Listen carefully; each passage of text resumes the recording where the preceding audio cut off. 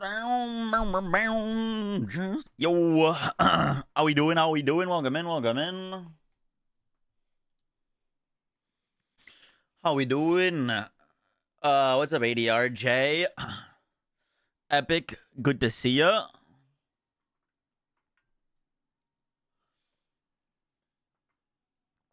Hey, Dingus, I check in. I got a haircut. Looking slightly less homeless. Puggies. Whoop, whoop, whoop. How we doing? We are gonna record the potential final build update to this build, and then maybe start working on our next build. Went on site for the first time this league. Yup. My quarterstaff that I listed sold for 115 div. So we have some currency now to start our next build if we'd like to. Let me guess. Ice shot. Would I shock you if I told you I think I'm gonna go Mazes?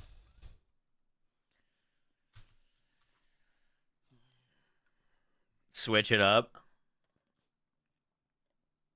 Make a mace character.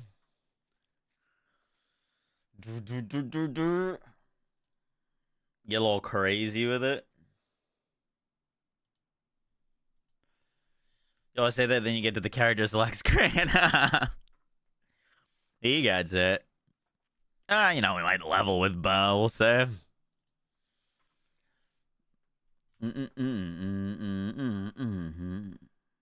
No. Hello. I'm about to record, so I'm about to dive in here in a second. Cool. Nothing new. See you later. Bye. Can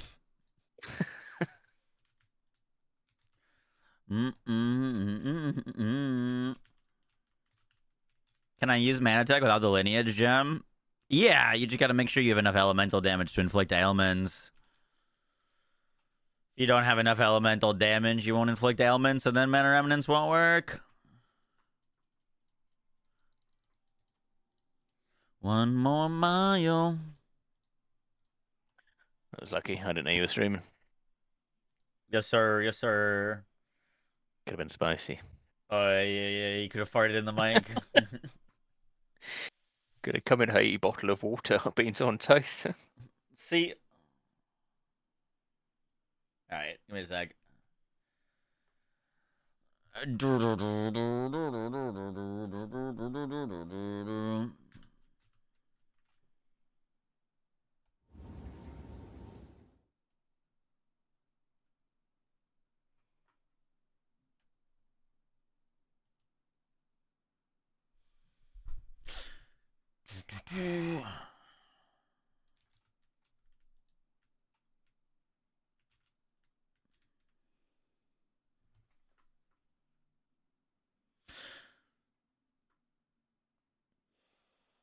Yo, guys, we're gonna record this video, and then we'll get into the gameplay. I just gotta get this video out today. Yo, guys, what is up? Max in our Path of Exile 2 video, and today I wanted to do potentially a final update to my Spin to Win martial artist. This has been one of the strongest league starters, if not the strongest league starter that I have played. It's absolutely ridiculous. You can put this build together on a shoestring budget. You need like 4 exalts to get all of the required gear for this to start working, and then you're just off to the races, and you can scale it infinitely. There's still so much currency I could dump into this build if we wanted to, which we're going to be talking about at the end of the video, is like where to take the build from here if you had like tons and tons of currency. But I kind of want to talk about some final adjustments that I made to the build. We are unbelievably tanky on this setup right now. I only have like 7.6k shield in hideout. In maps, this goes to over 10,000. With all of our mitigation, deflection, damage taken from our companion lives, we're sitting at over 100,000 EHP on this build. If you don't know what that means, basically our effective hit pool is over 100,000, taking into all our like mitigations from damage and stuff. So it's very, very hard to die. And now I've made this build into a currency farmer by adding a whole bunch of rarity and swapping to Chaos Inoculation, which we'll talk about today as well. I hope you guys enjoy the video and the breakdown. Let's get right into it.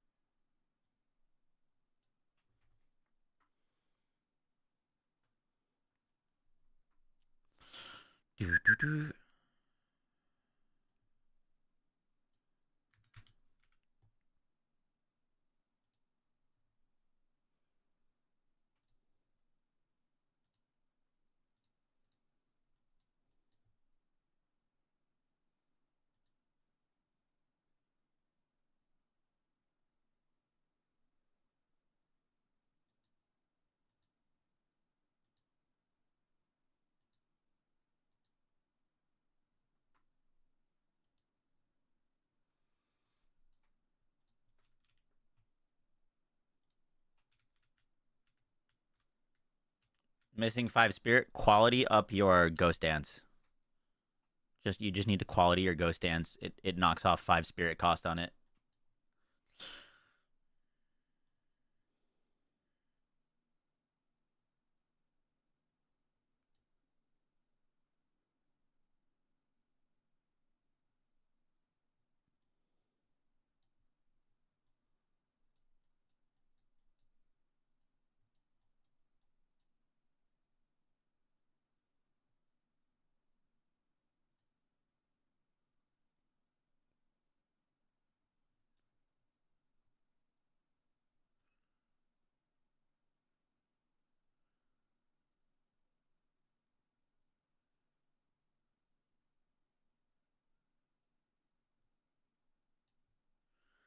Mm-mm-mm-mm-mm.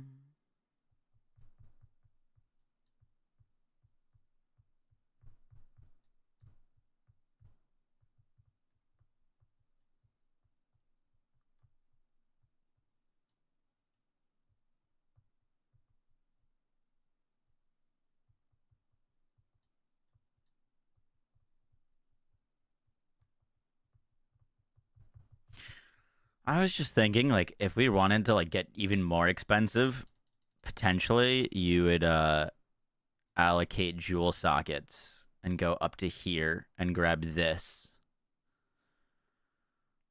which would lose us through. We would just need one more skill point technically to do that.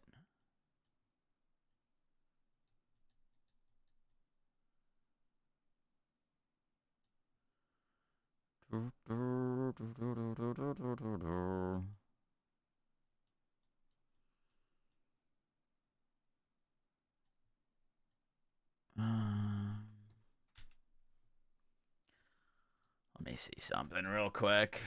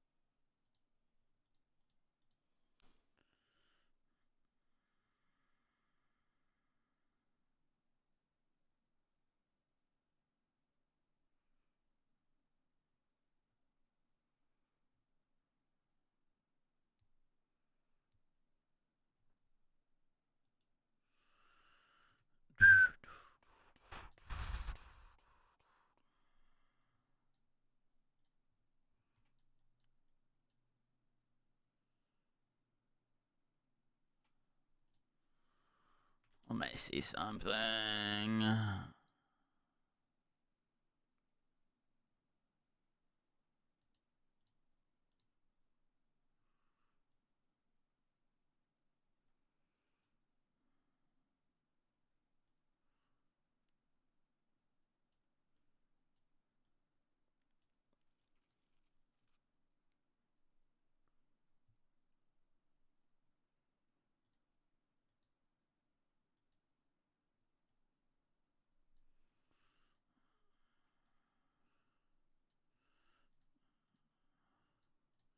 Ready to bury all.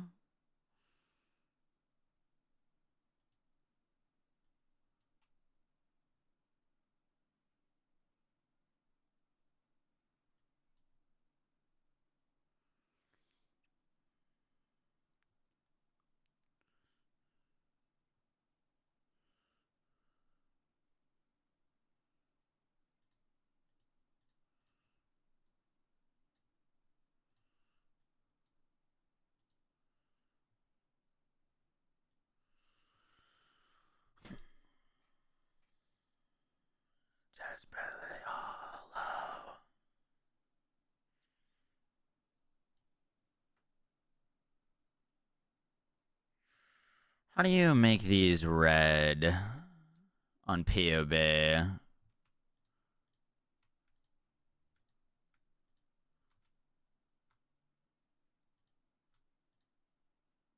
anyone know how you do weapon sets in POB?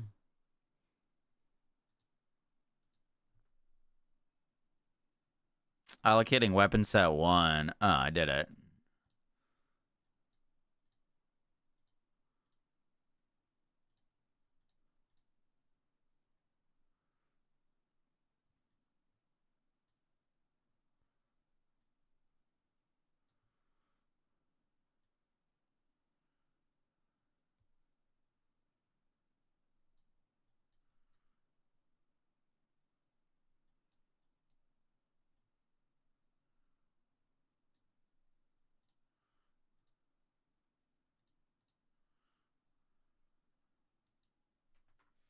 When we get done to switch to CI, I wouldn't worry about swapping till CI until you're at like 6k energy shield.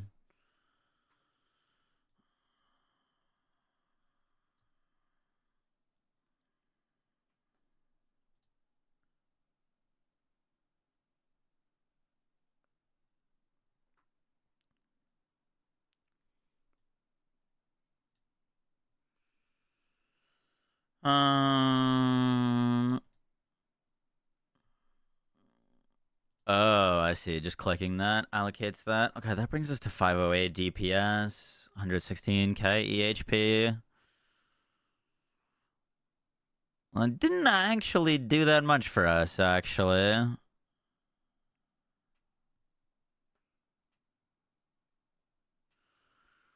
I thought it would have.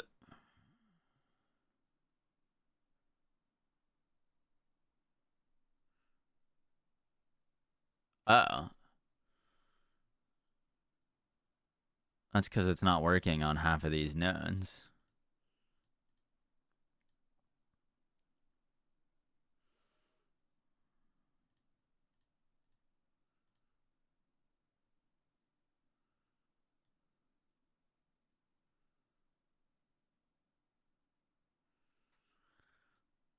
Already to lie down.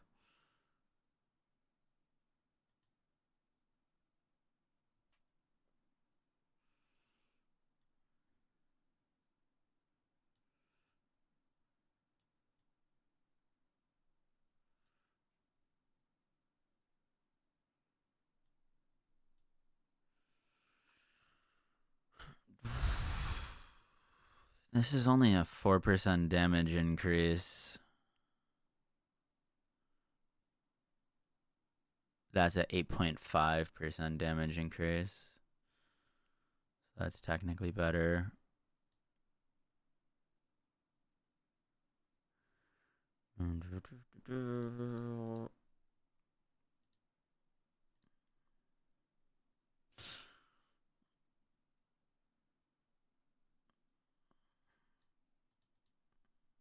Time lost, edit, radius, large.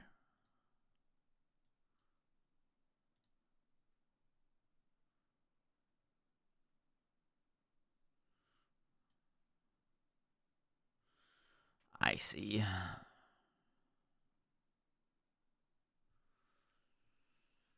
I see, I see.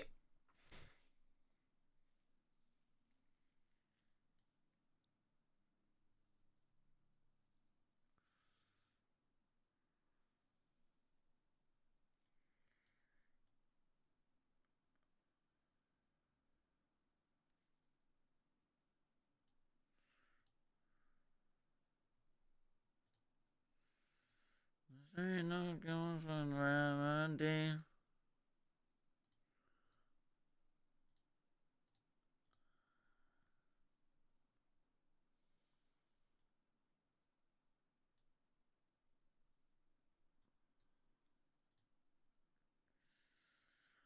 $5.4.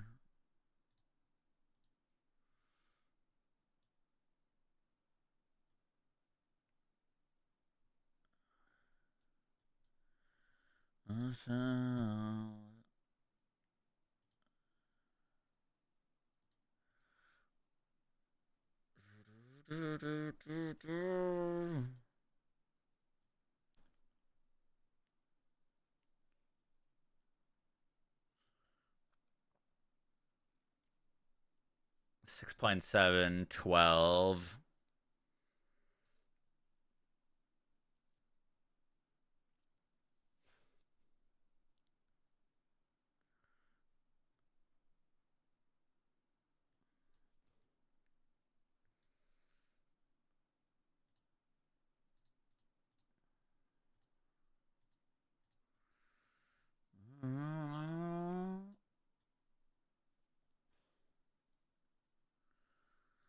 Turn and burn on in the minute.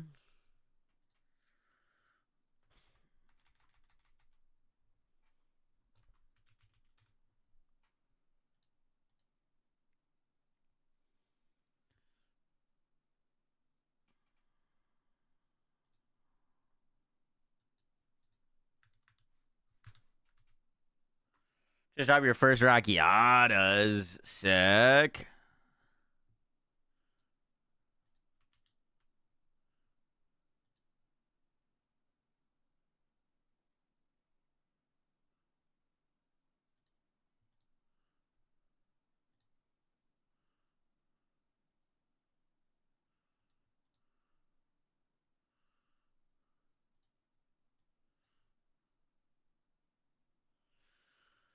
Sorry, I'm just testing some stuff. No build yet. Soon. Very soon, very soon.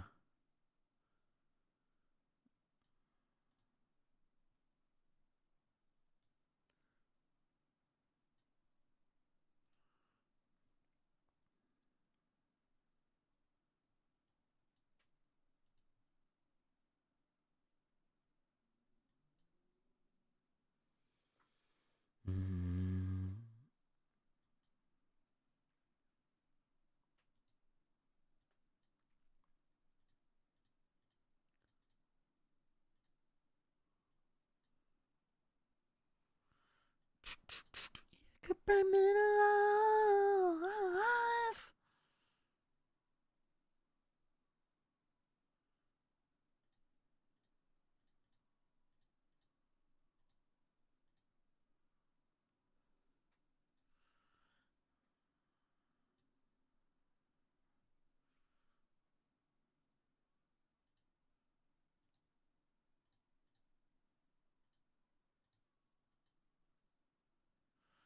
Does that reduce that?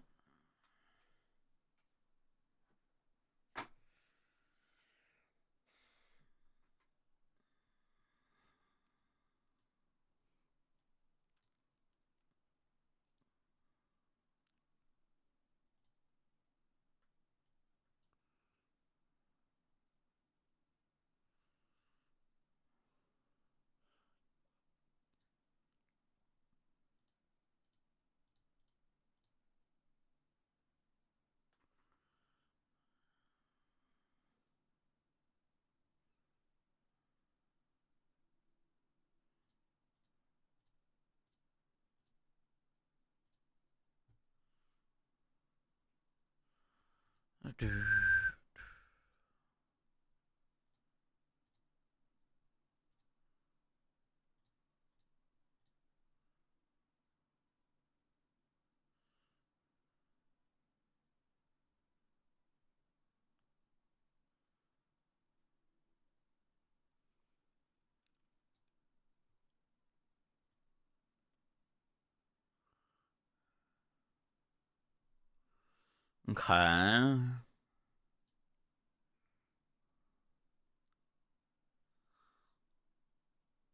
Well, that technically works. We have no music? Wait, you can't hear music? Oh, there's no music in the recording scene? That's my bad. I'll add it. Sorry, I didn't realize. Nah, you should have music. Ritual no longer spawns multiple bosses. Correct. Correct. You get the quality, your ghost dance. Professional. New computer. Leave me alone. Alright. Alright, we're good on that. You missed the multiple bosses. I like the multiple bosses. Mm-mm-mm-mm-mm.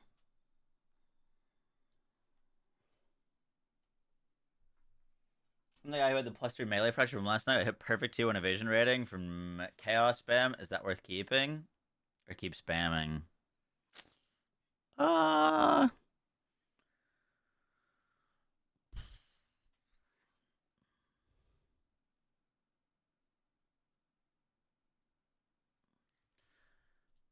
that's good, but not as valuable as energy shield. More people will be looking for energy shield.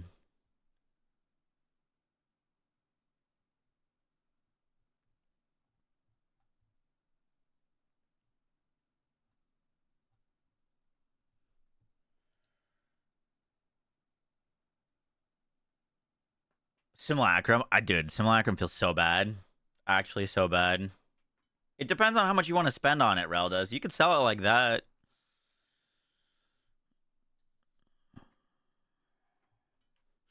All right.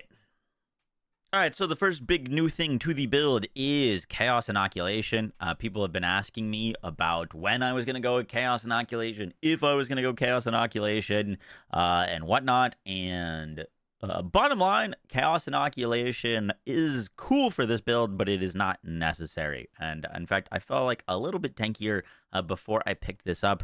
But what is this node? Why would we pick it? What does it do for the build? So this reads that our max life is 1, but we become immune to chaos damage and bleeding.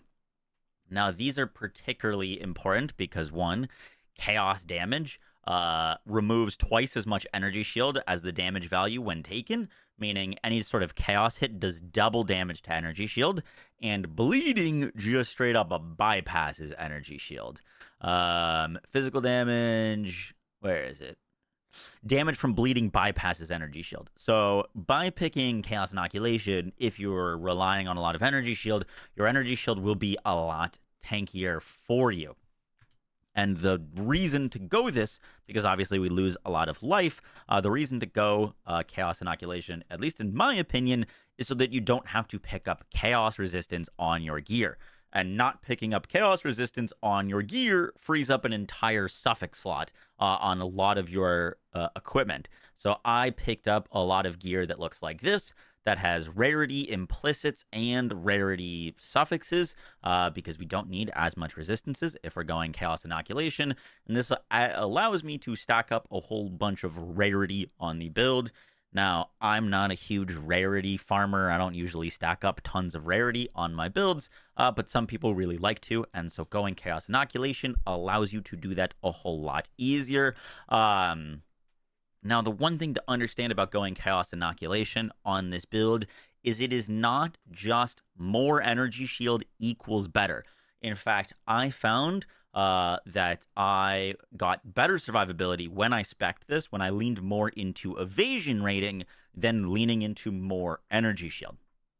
And the reason for that is simply because of Ghost Dance. Now, Ghost Dance is the number one thing that will keep you alive on a hybrid build, and that is that whenever you get hit, you regenerate energy shield equal to a percentage of your evasion rating. So if you have more evasion rating, you get more energy shield return, and this is a large part of how you get survivable on this kind of build, is actually stacking more evasion rather than more energy shield.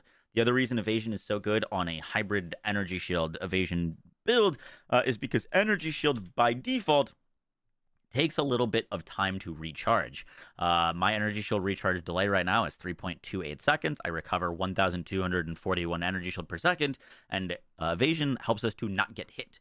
So if we are not getting hit, that energy shield recharge will begin faster because of our evasion rating, not because of more energy shield. And so it's not, if you're going to make the swap to energy shield, I think you'd look for around 6k energy shield, but try to get a decent amount of evasion. I'm sitting at around 60% evasion in Hideout. That goes to around like 65% in maps. So that feels very, very solid. Obviously, you're not going to want to like stand in damage, but for the most part, with how fast we're killing, how fast we're stunning, you feel very, very tanky. The only thing that I have died to on this setup is big ignites. Those are one thing that you do want to keep an eye out for. Dots still do a lot of damage from like 200% delirious rogue exiles, so just be cautious of that. But for the most part, you become very, very tanky if you want to be on this setup. Switching up your tree today? No.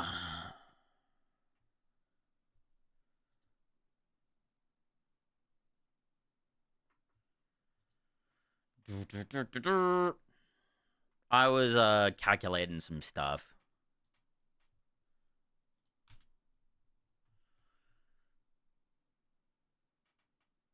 What skills are set to weapon set 2?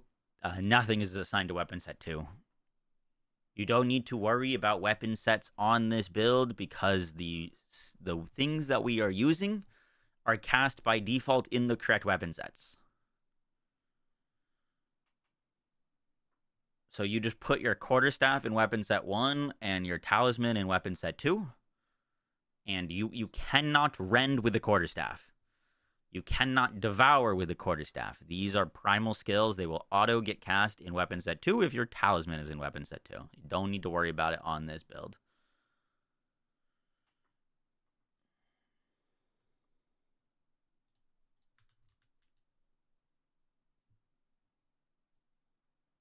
You disabled music. I can do it.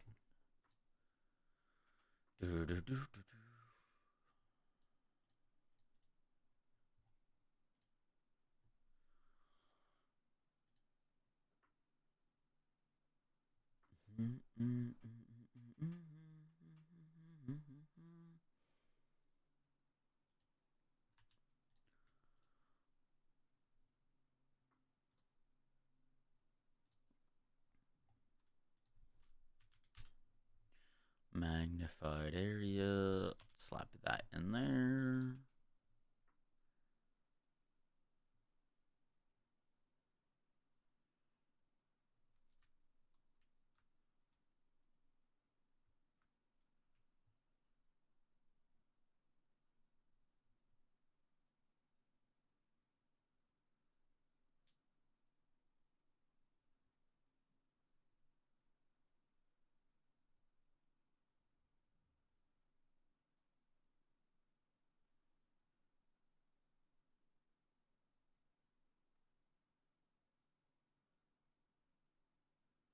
What are you thinking?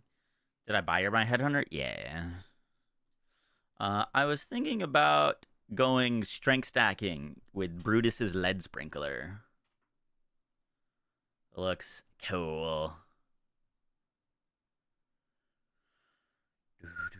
Let's finally swap this out for prolonged duration too.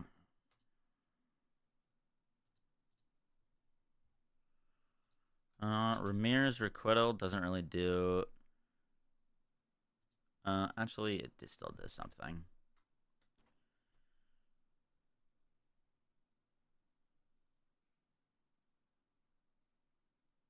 It does still indeed do something.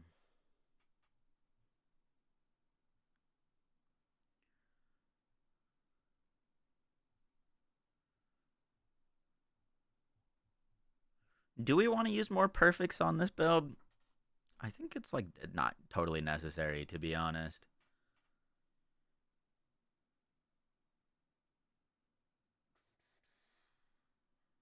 Is it possible to get 100% crit chance? Is it necessary or not? 100% crit chance is good. It's possible, yeah. I would be at like 89% crit chance if this rolled on with some crit chance on it right now.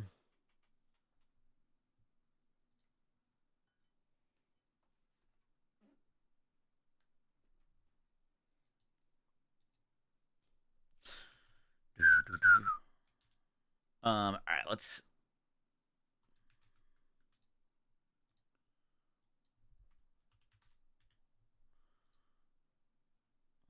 do that one more time.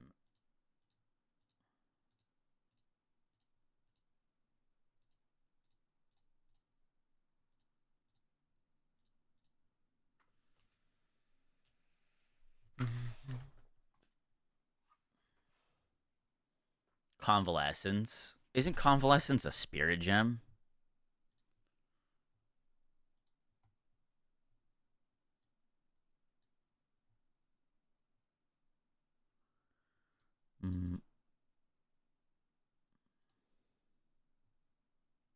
Pretty sure it's a spirit gem, no?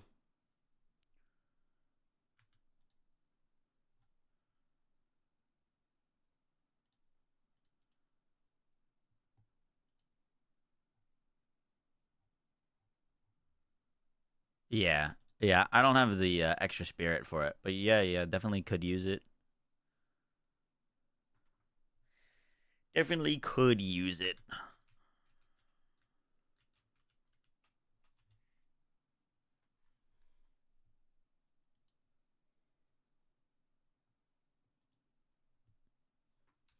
All right. We gotta start over. I feel like I lost my place. But let's just knock this out.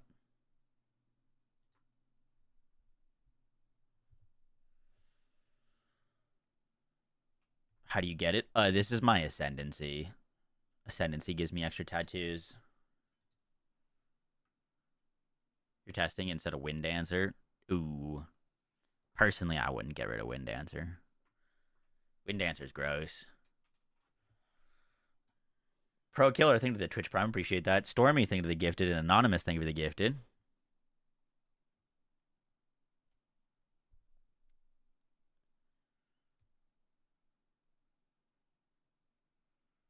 For 421, it depends on if you're sitting on money or not. That's not going to do that much for you. I'd rather just have big strength and dex if you buy one with high strength and dex.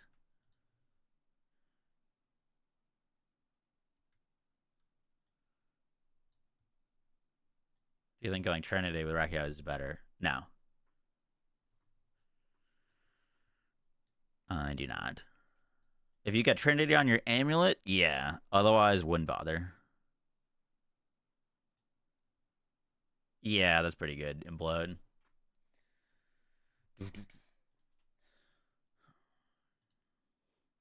All right, so let's start by talking about survivability and the Chaos Inoculation node. Now, specking Chaos Inoculation allows us to do one main thing on the build that I personally did this for, and that is it frees up your suffixes on your gear to not have to get a ton of chaos resistance.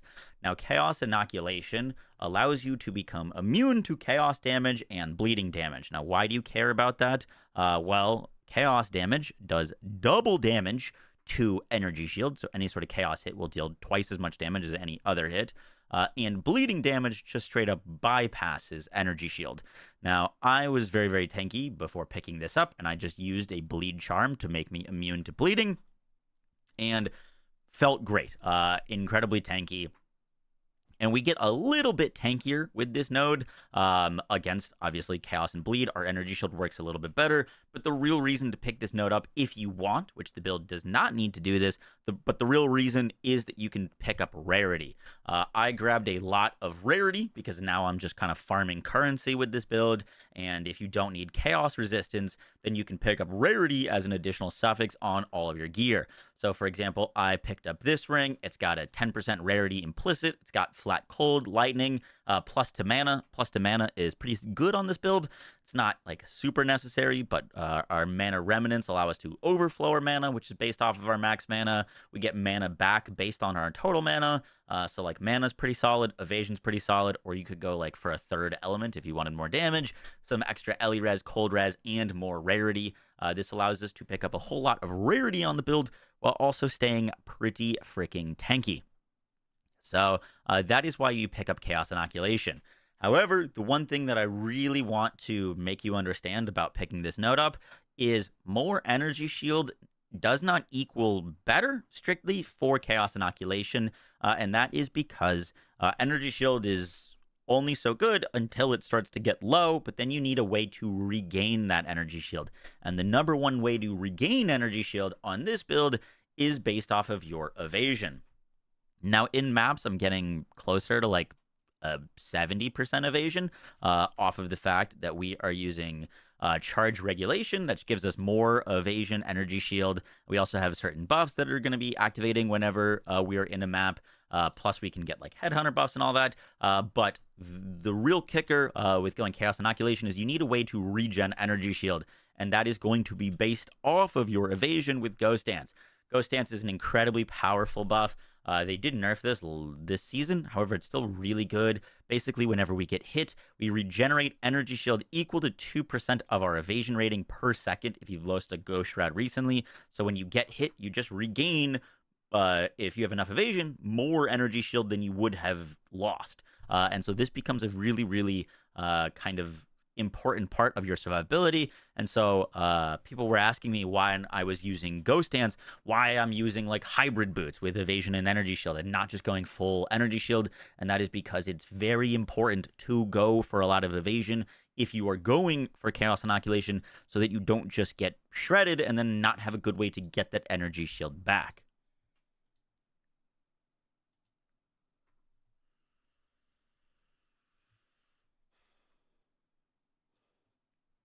The only real downside of going Chaos Inoculation is one, you don't have any life. This does free up a life prefix on your gear, so you can go for like triple flat damage. I've got some Fizz Cold Lightning damage rings on this side. And the other thing about Chaos Inoculation that you do need to be aware of on this build is that your stun threshold is based off of your life. And so if you don't have any life, then you get stunned very easily. That's part of the reason why we're pathing down to these nodes that give us additional ailment and stun threshold based off of our energy shield. That plus a for Utopia, which reads that we cannot become stunned, basically means that we can't be stunned, but you do want to be wary of that to pick up some like things, so to make sure that you're not getting like stunned in maps, because obviously getting stunned in maps, not a great feeling. But that is basically the Chaos Inoculation swap. If you're looking for how much energy shield evasion, I would try to get to around like 55 evasion and maybe like 6k energy shield to make that swap feel very comfortable. I'd recommend testing it out. If you're not aware, you can buy an Omen of Amelioration, which presents 75% of your experience loss when you die. If you want to try Chaos Inoculation out, see if you like it. I tried Chaos Inoculation out and didn't love it. To be honest, I really didn't love it. But then I kind of got used to playing around it and not just like shoving my face into enemies constantly. And now it feels really great. And I get like air quotes better loot with all the extra rarity.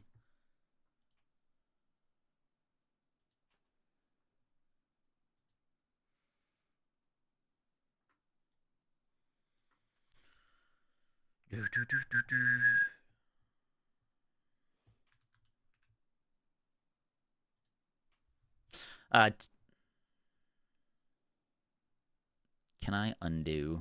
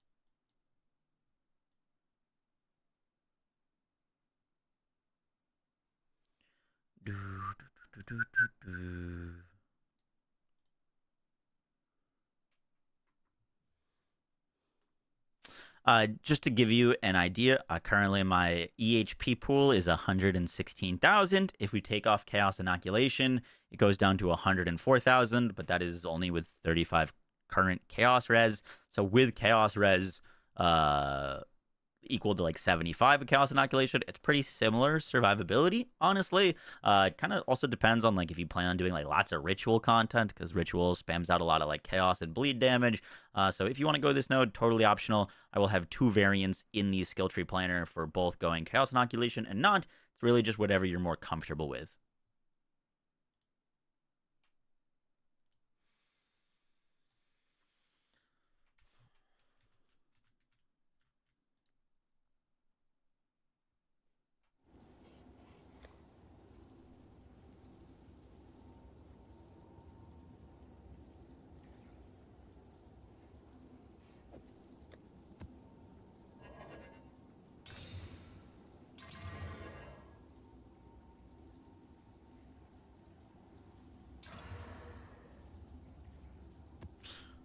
is a good one.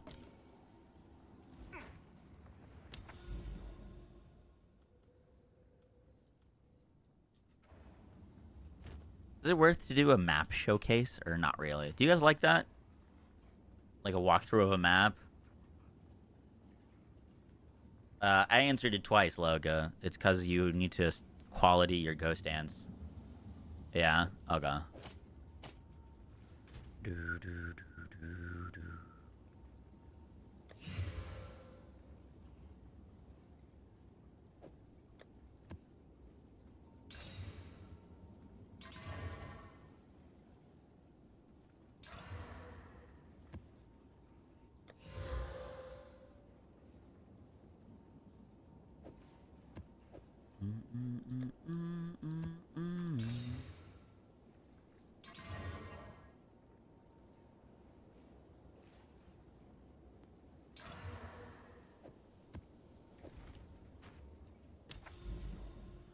Let's go do a 200% delirium map.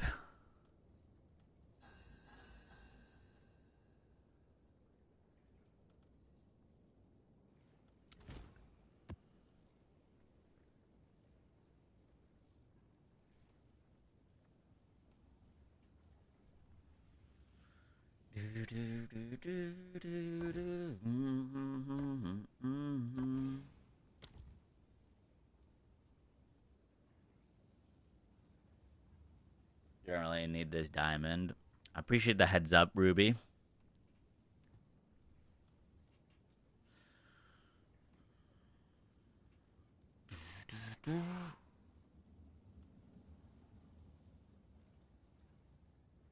Should we do Abyss or Breach?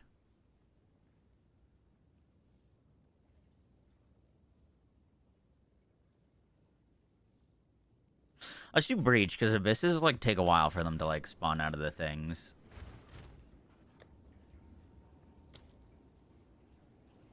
Do a bunch of pack size. Triple pack size Breach.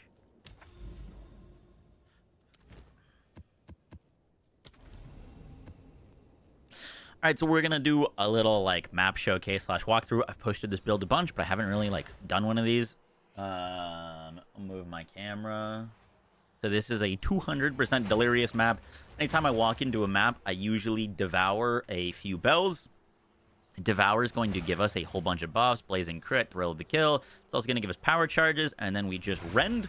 Rend will give us a huge buff. So whenever we're rending, we're getting a bunch of bonus damage as lightning. Part of the reason why Rakiatas is so good on this build is because we get so much of our damage gained as extra elements. Heart of the Well increases that even more. And then once we're going through the map, I use Shattering Palm quite a bit. You don't need to if you don't like to, but Shattering Palms get a really cool ability on this build that whenever we dash to a pack, you'll see all those crystals happen. Those will, like, proliferate through a ton of enemies, and they will also make sure that they blind them.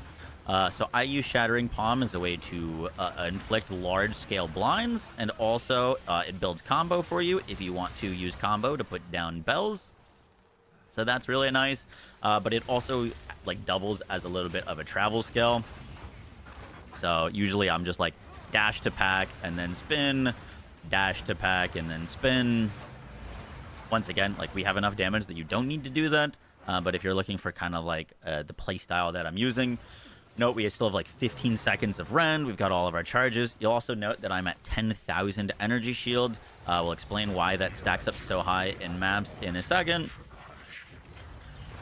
But yeah, that's basically the playstyle. Every once in a while, you want to just activate your buffs. If you're in between packs, like, let's say we kill all these enemies, you can, like, take a second to devour a corpse or devour one of your bells.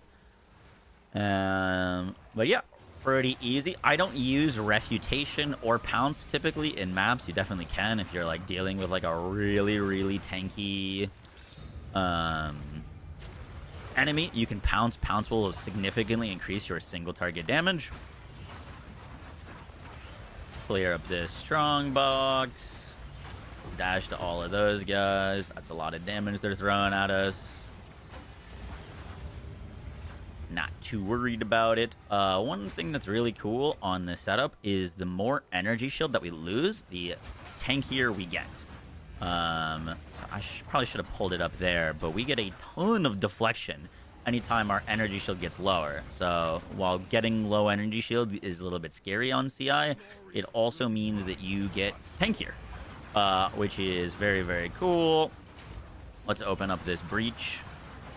Make sure we're rending to cast our buffs. This is like fully juiced with as much pack size as we could put in it.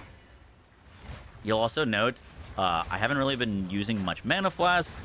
You'll see these little like blue circles on the ground. Those are going to be our mana remnants. Mana remnants is doing a ton in terms of our mana. If you're not seeing mana remnants on this build, you either don't have enough crit chance or you don't have enough elemental damage. We got a bunch of stuff from that. Very cool. We should have a few more breaches to find. I'd like to find the boss so we can wrap up this little like playthrough.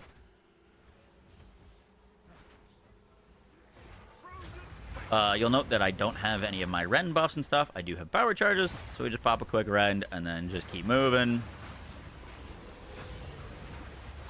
We got a rogue Exile somewhere. There he is. Do a little quad little one of those. Probably gonna fast forward to the boss so we can talk about that.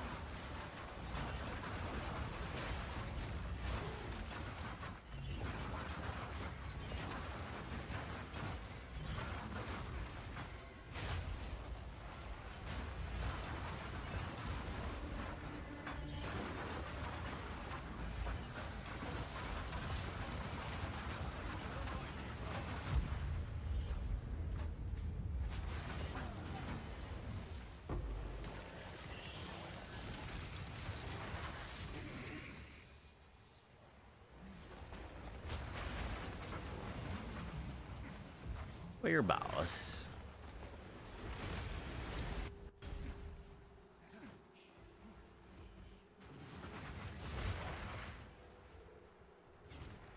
He's got to be down here.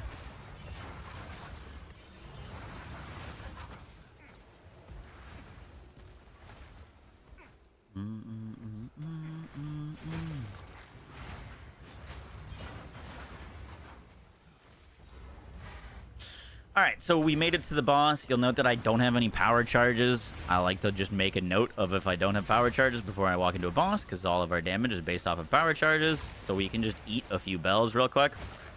We've got 3 power charges right now. Once the boss spawned, we're going to rend, pounce, refutation. They're going to hit us, and then we kill them. He didn't hit me there, so we didn't pop our refutation, which is giving us critical hits are lucky, and also 50% more damage. But yep, boss is dead, and that is kind of the little map showcase.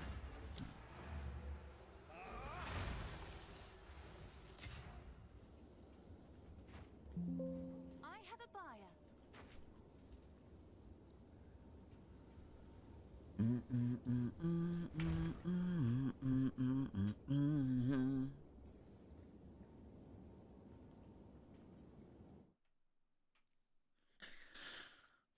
All right, now let's go over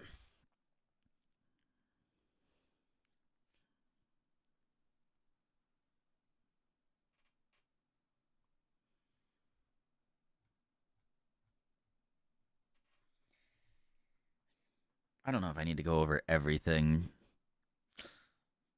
I'm never quite sure, just because, like, you know, it might be someone's first time watching the video, but like our supports haven't changed basically from last vid. For our supports, we're using Rend with prolonged duration, perpetual charge, rapid attacks, rage, and heightened charges. We just want this attack to happen quickly, give us our buff, and then we move on. Hollow form, we're using Whirling Assault. You can corrupt your Whirling Assault to try to get an additional level. I haven't done that quite yet. My Whirling Assault is level 23. Note that if you're having mana issues, we'll talk about this when we get into gear, but if you're having mana issues on this build and you have this setup, one of the things that you can do is just drop plus levels of attacks on your weapon. I was doing some POB testing, and if I pick up crit chance on my weapon instead of plus levels of attacks, obviously I would ideally have crit chance, crit damage, and plus levels of attacks, but obviously that's very expensive. But if I just had crit damage, crit chance, and no level of attack skills on like this exact quarterstaff, I only lose like 7% damage, but I gain a whole bunch of like mana efficiency because plus levels of attacks, while good, does cost a lot of mana. So just something to be aware of if you're having mana issues. If you're using like a quarterstaff with like +5 to melee skills, that might be hurting you more than it's helping. And then in hollow form, we're using close combat, Rakiatas, Varana's Siege, and Blindside. On hollow focus, we're using armor explosion, blind, armor break, Uruk smelting, and magnified area. Hollow focus does a lot of additional clear for us. We get power charges from it. It also will make enemies take more physical damage, which is awesome. It'll apply blind for us. It's doing a ton for this build. So hollow focus is very, very nice. In Spirit Vessel, we are using Wing Blast on our Wyvern skill. The reason we're using Wing Blast is because enemies that are primed for heavy stun will be stunned. This means that you only need to get enemies to 70% stun threshold for them to get auto-stunned by your Wing Blast. We're doing a whole lot more damage to stunned enemies. Stun is also CC, so it's survivability for this build. That's why we're using Wing Blast. We're using it with Meat Shield, Ramira's Requital. Now, if you're on CI, you won't recoup a percent of your damage taken from your minion's life, but 10% of the damage from your hits is still taken from your supported companion's life before you. This is basically just 10% DR on the build, which is kind of insane. And then Amanamu's Teeth, which allows us to gain Abyssal Modifiers whenever our supported minion dies. Abyssal Modifiers can grant you a bunch of like random effects. It's basically like a mini headhunter if you don't have one. On your Mana Remnants, Harmonic Remnants, Remnant Potency, make sure that your Mana Remnants is qualitied, and you want to have this as high of a level as you can. Mine's only level 13. I'm not having too many mana issues, but if you are having mana issues, you can get more intelligence and then use a higher level spirit gem on Mana Remnants. And if you do have extra spirit on this build, the absolute best in slot support gem to put on Mana Remnants is Katal's Rejuvenation. I don't quite have enough spirit yet, but just note that Katal's Rejuvenation gives you another 40% cooldown, which is kind of broken for Ghost Dance and also Hollow Focus. So if you can fit that in the build, I was thinking about trying to corrupt my quarterstaff for a third socket and then adding spirit in it. You can corrupt a helmet for spirit. You can also get spirit on your boots now with the new crafting methods. So there's a lot of ways to get spirit. I only have 15 spirit on my amulet, so you could also get extra spirit there. The expedition can also give you plus 10 spirit. So a whole lot of ways to get additional spirit if you do need it. I haven't been able to get any of those quite yet, but Katal's Rejuvenation and Mana Remnants would be broken. For Shattering Palm, I'm using Ancestral Call, Blind. This, when you strike enemies, it like sends out icy shards everywhere. This will literally hit the whole screen, especially with Ancestral Call. This just auto-procs Blind on everything for our Hollow Focus. It's movement, and I'm using rapid attacks and rage on it. If you want to build extra combo, you can use practice combo on it, and that will give you extra combo buildup for proccing bells, which is super nice. Pounce is our big single target increase. Whenever we're using Pounce, we get Predator's Mark. Predator's Mark makes targets take additional damage for each of your enemies. This counts for the Living Lightning minions, which are going to be proccing with Pounce. We're also using Marked for Death and Eternal Mark. It'll also count for our companions from our primal markings. So whenever we pounce on an enemy, they just take a whole lot extra damage. In Devour, we're using Thrill of the Kill, Rage, Blazing Crit, and Charge Profusion. Devour is kind of our big power buff. The reason we're using Devour is because it's going to be on weapon set 2. I get a ton of questions. Yo, what skills should be on weapon set 1? Which skills are weapon set 2? You don't need to touch anything. Just put a quarterstaff in weapon set 1. We're putting a Mandragora in weapon set 2. The reason for this is because it gives us 15% increased skill effect duration. All of our buffs are on weapon set 2. We're putting all of our duration buffs and increases durations on weapon set 2. And you can't cast like Shattering Palm as a Wyvern. So it will auto swap you from weapon set 1 and weapon set 2. You don't need to worry about it at all. Super, super easy. Couldn't be any easier. Just make sure that your talisman is in weapon set 2 and your quarterstaff is in weapon set 1. Follow the skill tree and you will be good to go.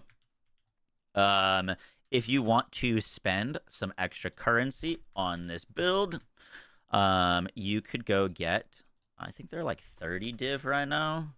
In Uhtred's Exodus, this gives you +3 to level of supported skills with no other supports modifying them. This is currently 35 div, so pretty pricey.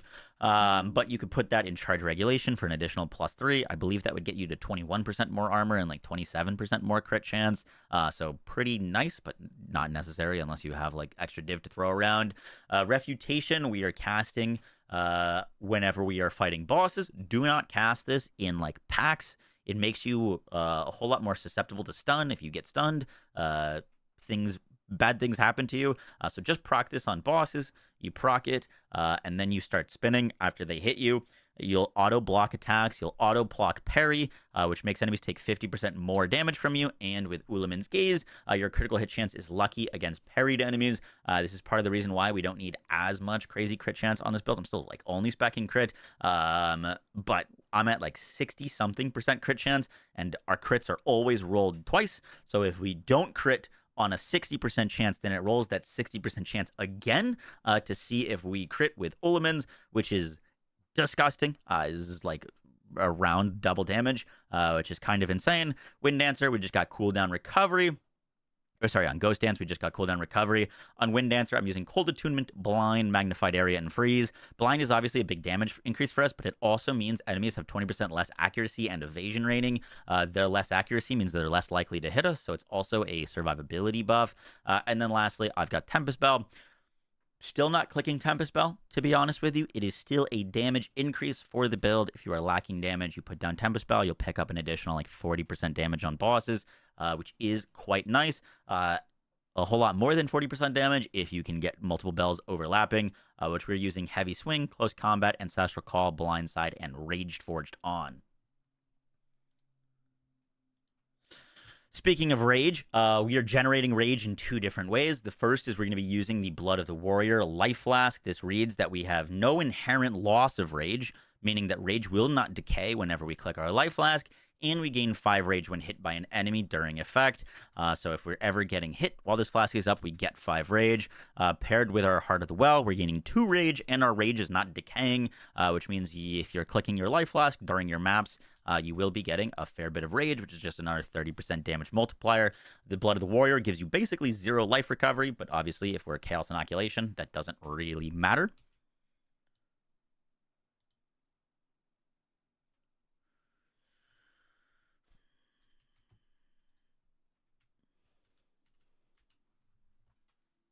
For the rest of the gear, I'm using a added fizz, increased fizz, crit damage, quarterstaff. The like absolute god roll on this would be basically what I have. The like lightning damage doesn't matter. You would want either fire, cold, or lightning as long as it's an element.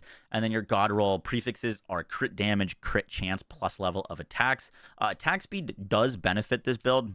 Attack speed is good for this build. It isn't like as insane as some other stats, so I haven't been prioritizing attack speed as much, but note that if you do get attack speed on your quarterstaff, it is still good for this build. The increase to melee strike range is not why I'm using this quarterstaff. The ideal quarterstaff base for this build is the Sinister quarterstaff. Sinister will come with 12% crit chance, which is really, really awesome. If you can get your quarterstaff, a 15% crit chance quarterstaff would get me to over 90% crit chance, around 90% crit chance on this build, which would be insane. Just don't really have the currency to afford a crazy, just best in slot weapon right now. On your gloves, we're looking for a 10% chance to gain power charges on hit to your allies in presence, and then socket in a Ulamin's Gaze. I've been kind of swapping between these two just because this one I don't have Rune Forge, so I get a little bit more evasion, and I needed a little bit more Ellie res because I haven't re-rolled my rings since swapping to Chaos Inoculation, so I still have Chaos res on this ring, I still have Chaos res on my amulet, so I needed a little bit of extra Ellie res, so I just like doubled this, and then technically I could rip Ulamin's and put it there, but these are corrupted, and once you corrupt something, you can't Rune Forge it. So I've been kind of swapping between those two gloves. For your belt, we're going to be using Headhunter. Headhunter is not necessary for this build. We were doing like 5 million DPS on a shoestring budget before picking up Headhunter. The reason I personally go Headhunter over a Mage Blood is because Headhunter gives us one of the most important stats for this build, and that is AoE. AoE feels incredible, and when you have 50 plus mods of rare mobs, you'll get like 4 times damage on this build and screen-wide AoE. So that's what I care about. If you want to go for a Headhunter, I would look for the movement speed. You could get more skill speed. You could get more crit chance. You could get more reses. There's a lot of good buffs on Headhunter or on a Mage Blood. Personally, I prefer Headhunter. On your amulet, I've got a lot of energy shield plus level of melee skills, mana regen, and some global armor, evasion, and energy shield. Note that mana regeneration rate is very good for this build. Getting it at least one high roll on one of your pieces of gear will make the build feel significantly smoother. Whether you get that on like an amulet or another piece of gear, totally up to you. I've got mine on my amulet. And then on our boots, because we're now CI, I swapped my health roll on my boots for a little bit more evasion and energy shield. Note that getting a deflection rating on boots is also very, very strong. I unfortunately don't have that because I went for triple res, but if you have your resistances sorted, getting deflection rating is also very, very nice. For your Mana Flask is actually quite important on this build. A lot of people ask me why I'm not using Lavianjas. Lavianjas is just worse for this build. It will make the build feel worse. Do not use it. If you are super opposed to clicking Mana Flasks, I guess you could rock one. Lavianjas is just not good mana recovery. Lavianjas is good for nodes that give you effects while your flasks are active. It's really the only thing that's good for it. Like a really good rolled Lavianjas is like 75 mana over, I think it's like 2 seconds. While like a ultimate mana flask that you can just click is like more than double that. So I'm rocking a T4 increased recovery rate, T3 increased charges. This cost me about 1 Exalt. You could get like T1 recovery rate and T1 increased charges. You just click this every once in a while if you're struggling on mana, and you will be chilling. Yeah, mine's not even quality, true. Not even quality.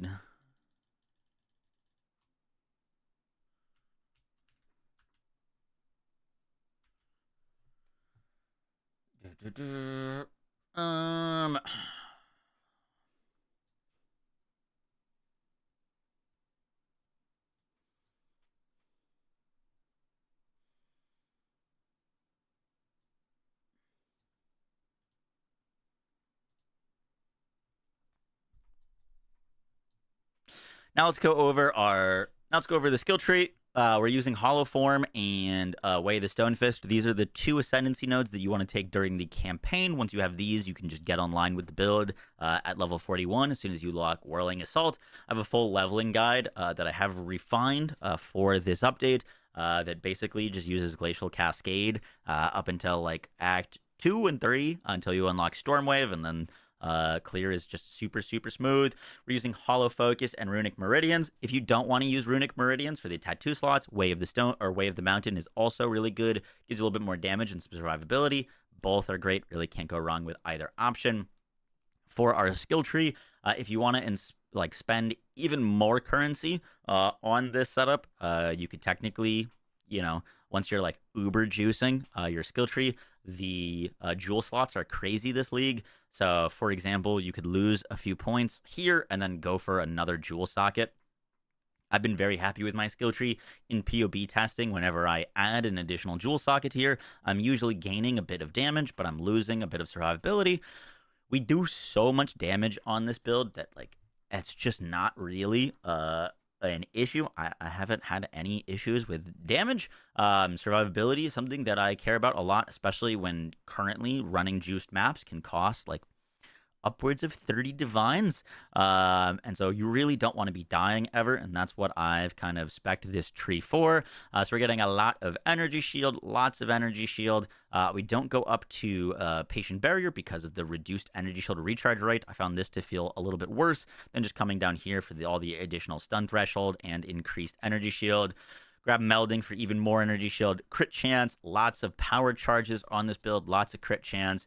When I went to Chaos Inoculation, the big node that made me feel a whole lot tankier is Immaterial.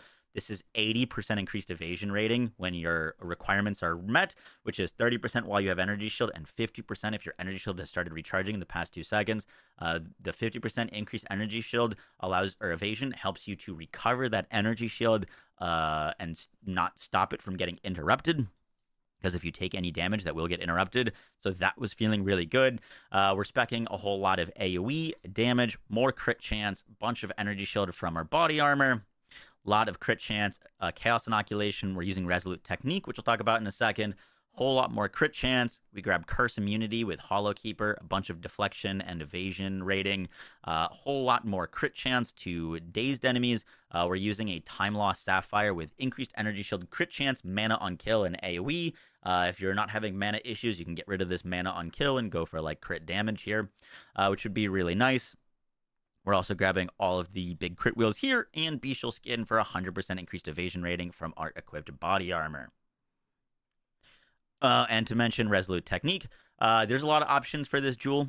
You don't need to use Resolute Technique. I've been enjoying it a lot because, one, it gives us a whole lot more skill effect duration. This is another 40% duration just off of here. And we get to pick up Honorless for 50% increased melee damage, Breaking Blows, which gives us increased area effect if you've stunned an enemy recently. I demonstrated in the last video that this does work with Hollow Form, which is really cool. And then Overwhelming Strike, which gives us more crit chance, more crit damage, and even more stun buildup. Stun buildup is a large damage increase for us, and it is also extra survivability as we moved away from our freeze buildup when we were low budget.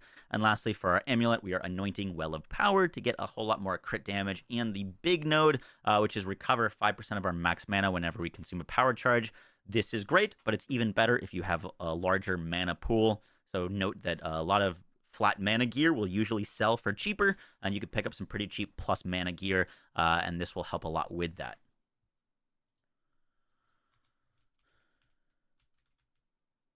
Immaculate Adherence.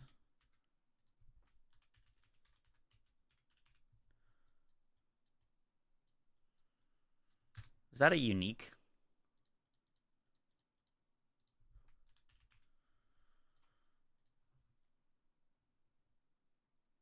You cannot have energy shield? Brother. I'm good.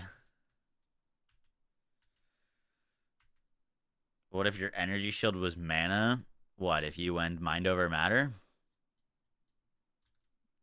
Seems like a whole lot of trouble just to solve something that's pretty easily solvable. To be honest with you.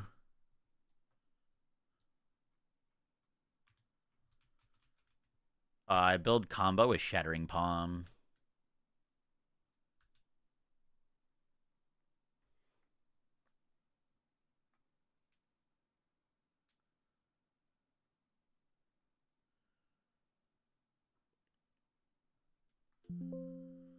It turns your energy shield into mana, converts 100% of max energy shield to maximum divinity.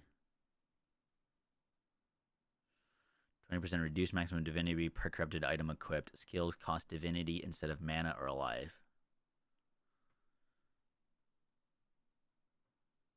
It converts your energy shield into divinity.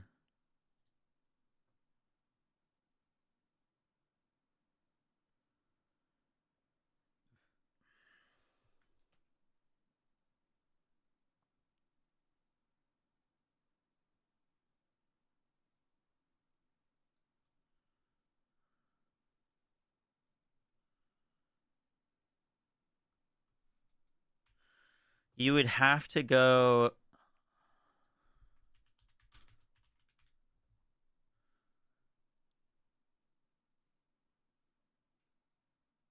Would this work?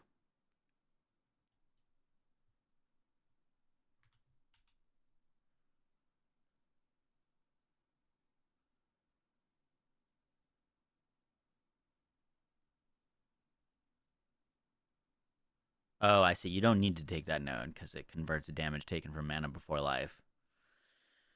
Convert 100% of max energy shield to maximum divinity.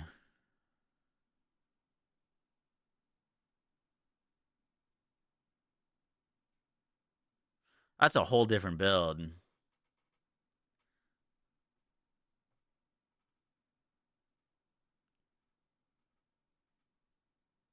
I'd basically be swapping out 10k energy shield for 700 mana. That's the trade-off. You'd have to turn into a mana stacker.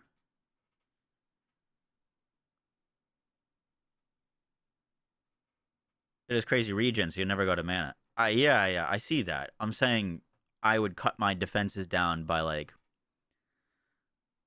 600%. It's not.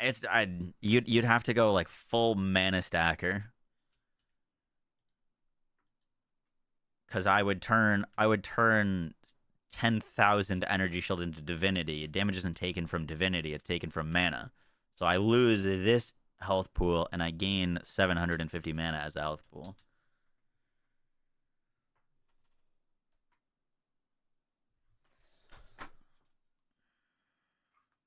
Your regen won't matter when you get one shot. Yeah. If that's working for you, that's great. But you would need to spec entirely differently to not die.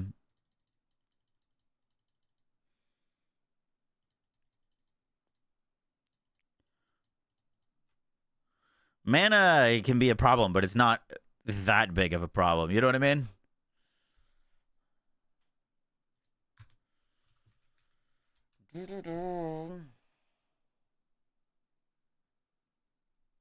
We use it to scale duration.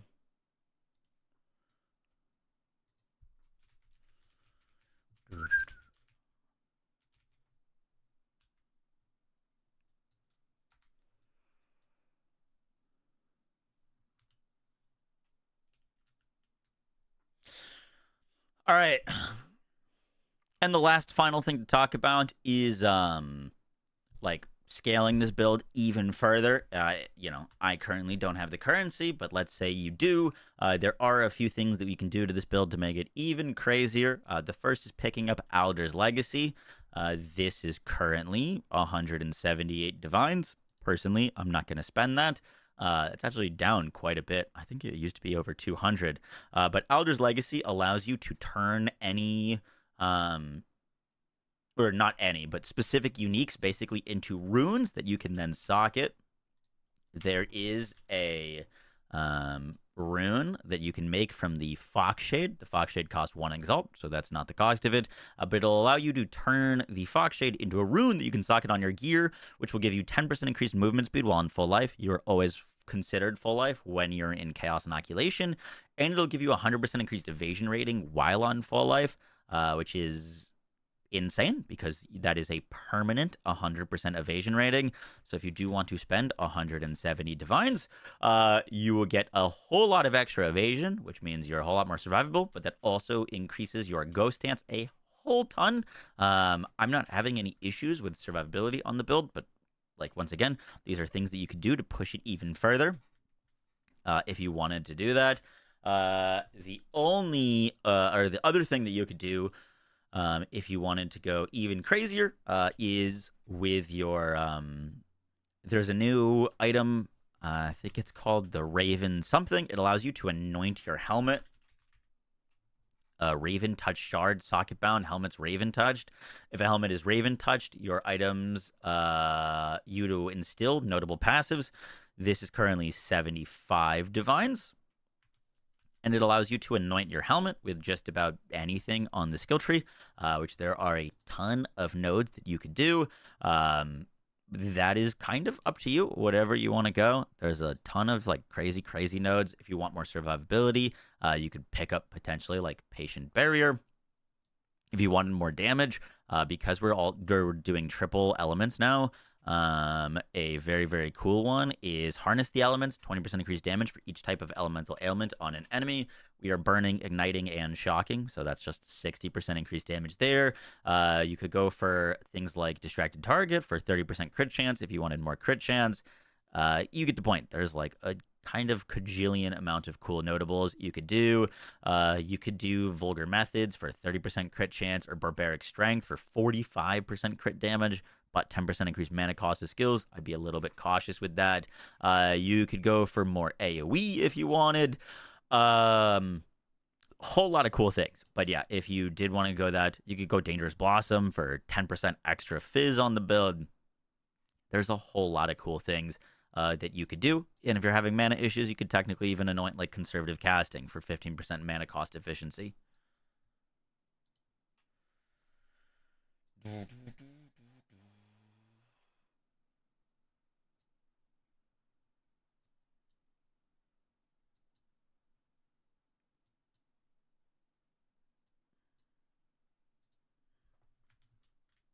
I'll do that one more time. The other thing for like uber scaling the build is the Raven Touch Shard. This is 75 divines currently. These allow you to instill your helmet with a notable, so you get an additional notable instill besides just your amulet. Because these are 75 divines, I wouldn't do it on a helmet that is just ordinary. My helmet currently costs about 6 div, so probably wouldn't do it on this helmet. I'd want to spend a whole lot more on like getting basically a perfect helmet to put an instill on. But some instills that would be very cool for the build. Harness the Elements, 60% increased damage per element on an enemy. We're doing a lot of fire, cold, and lightning, so that's a huge damage pickup. For survivability, if you're going to be putting this on an amulet or a helmet, you're most likely putting it on a 500 plus energy shield helmet, which would just be an additional 500 flat evasion, which is kind of nuts. So you could go for Subterfuge Mask. That's probably what I would do. That would feel really, really comfy. You could go for more conservative casting for like more mana sustain, which could be pretty nice.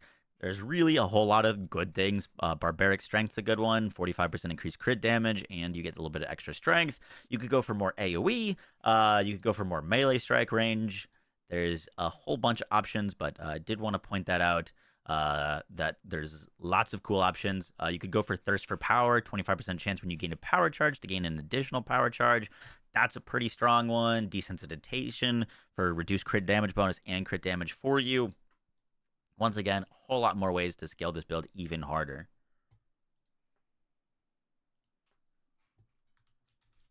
Guys, that's going to do it for the video. I hope you enjoyed. I wish you the best of luck in your league. This build has been just fantastic from starting from, nothing with only a few exalts. You can put like the bones of this build together, and there's just infinite amounts of ways to scale it and increase its damage. Been super strong. Cannot imagine a better league starter, to be honest. And I hope you guys enjoyed the video. I'll catch you on the next one. Take care. Peace.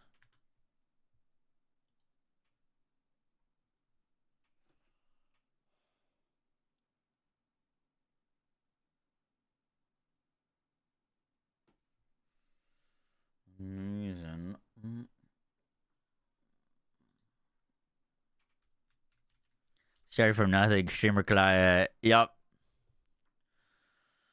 Believe him. Oh, fuck. I forgot to mention.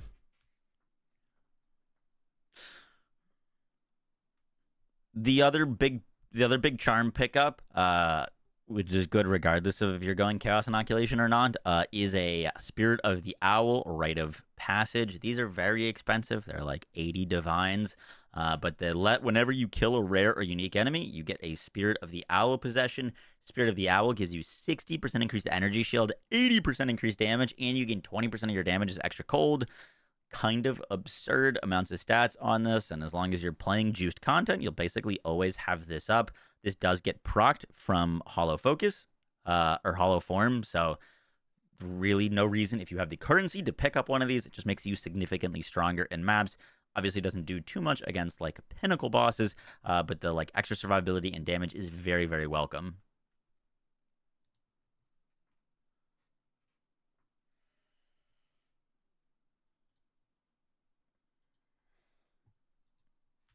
We might start a new one today. Will Spirit Walker get nerfed? Potentially, but that wouldn't be till next league.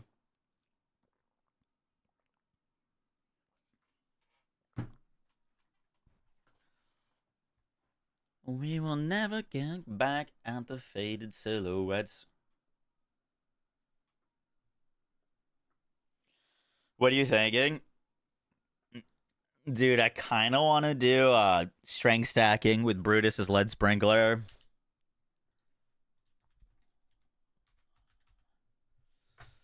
This is a new item this league.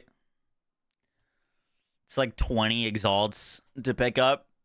It gives you 5 to 10 added attack fire damage per 25 strength. Gives you hits with this weapon have a 5% chance to trigger Molten Shower per 25 strength. So you dual wield 2 of these, and then you can get a 100% chance on hit to proc Molten Shower, which is like a whole bunch of fireballs that go everywhere. Fires molten projectiles from the enemy hit, which will explode when they land nearby, dealing attack damage in an area. So you just strength stack and slap enemies with these things. Seems pretty fun. What ascendancy? Warrior or Gemling? Probably Gemling. I was thinking it could be kind of strong on Deadeye and also Spirit Walker with the extra projectiles. But Gemling also gets extra projectiles. Seems like Gemling's probably the best bet.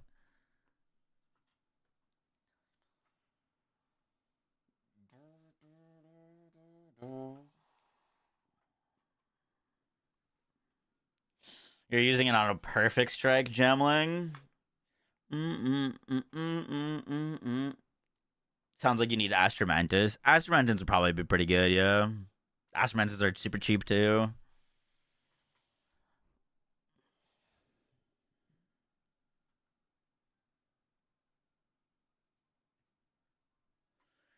Could be fun. Alright, let's get this video out.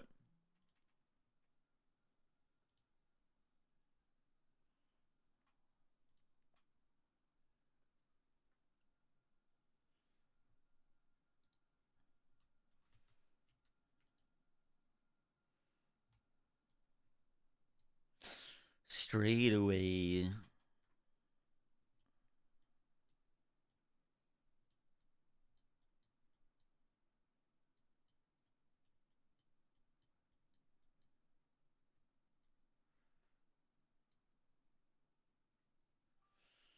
Which boss is Stone Citadel?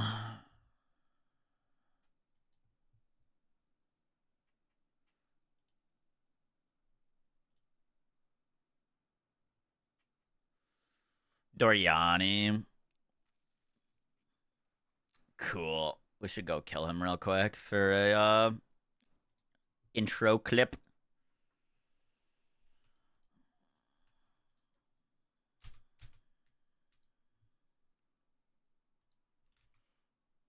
I'm so alone. Just go for this vault real quick.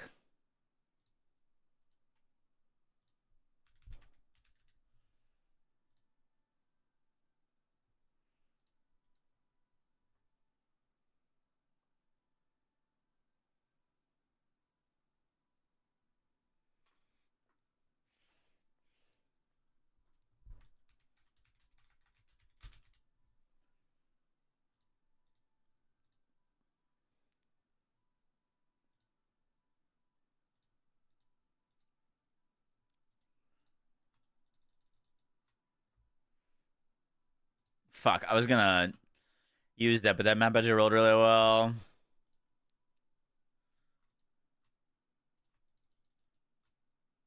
Why did that one roll good too? What the hell, man? What the fuck? I feel like I'd never get good pack size on maps, and the past 3 have all had like 20 plus pack size. There's another 20 plus pack size.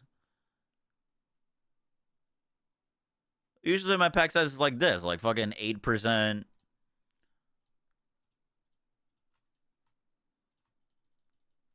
There, pack size 7.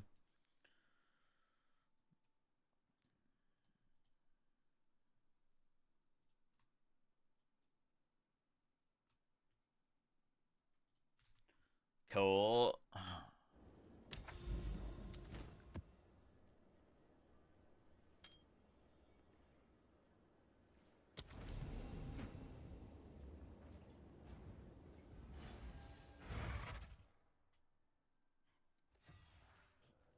The belt needs at least 92% to work.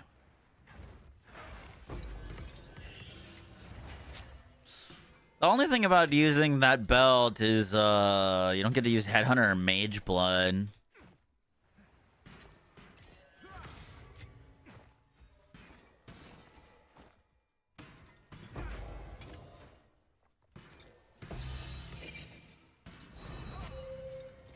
Which is a bummer. I don't think I'd want to use that belt. But does that mean that we don't go gemling?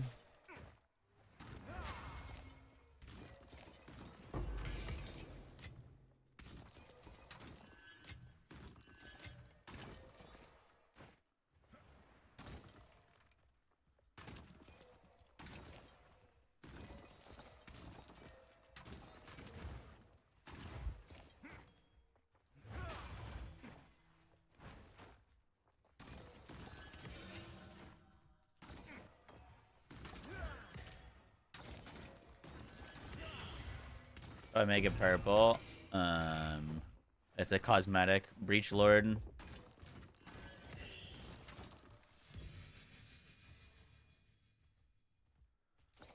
Boom, boom, boom. Come on. Where's the divines? Donde está la divines? We got one.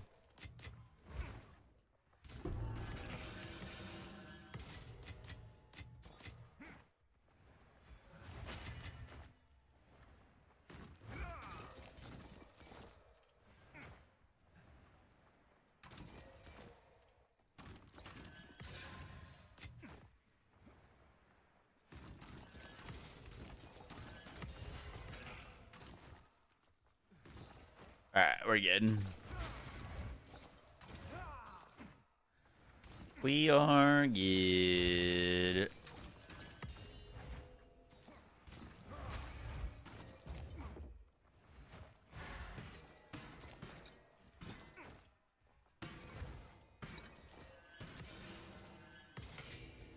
One mirror incoming. We take the div. We take the div.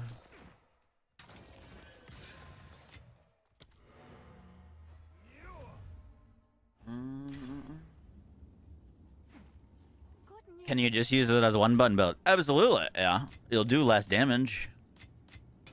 But you can use it as a one button build. You do 50% more damage if you click one other button. But if they were opposed to clicking another button, don't do it. Greetings from Germany. I appreciate that, Havoc.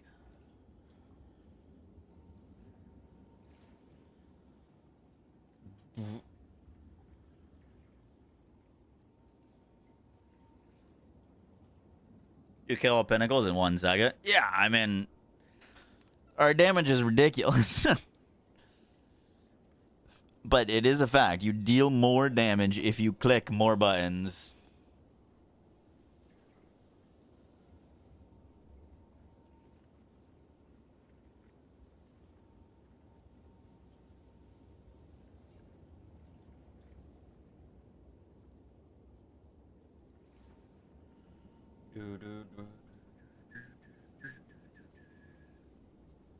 You pass pounds? How could you?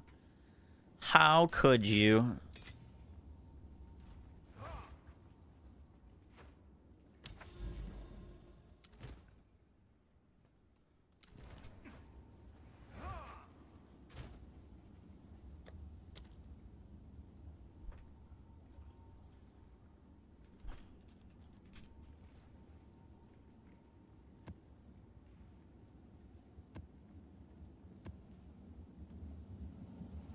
Um.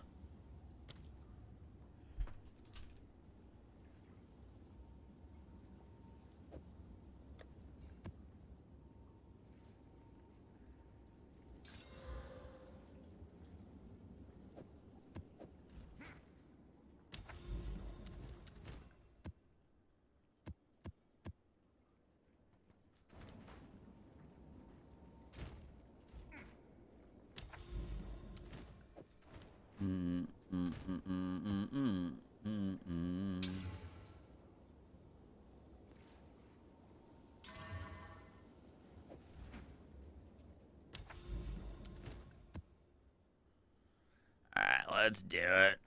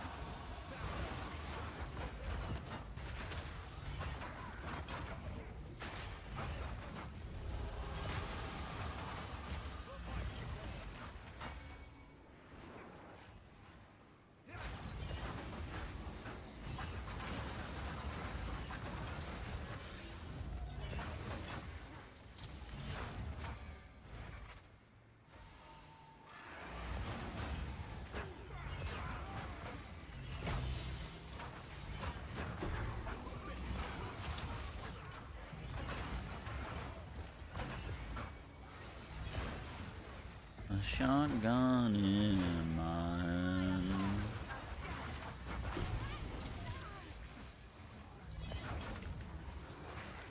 You sensed it too, did you? The spirit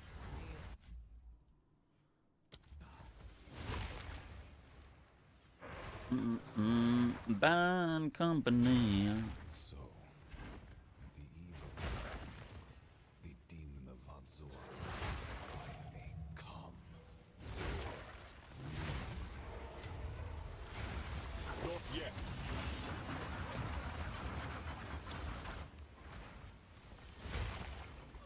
I can't give up. I must save my people.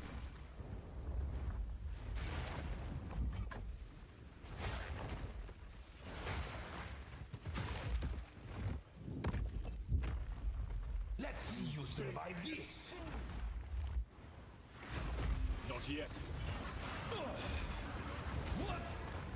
How? Get up. Get up. They all know my name.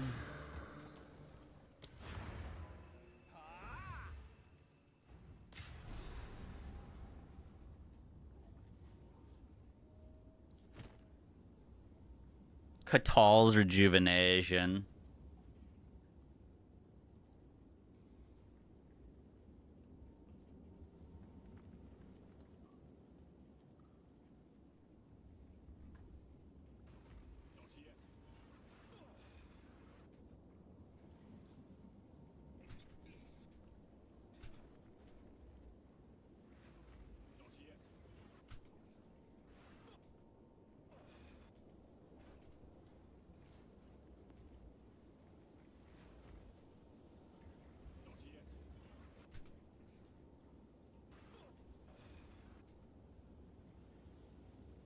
Oh, what the fuck?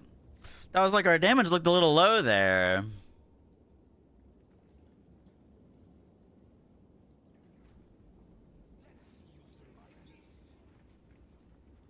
I popped Refutation here.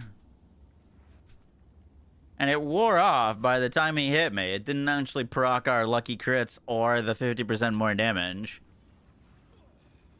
So that's like half of our damage. I don't know. I don't know how that. Oh, you know, we fucking evaded it. That's why. That's why Refutation didn't proc. It's not that it wasn't active. It's that I dodged it. We dodged the slam, so it didn't proc.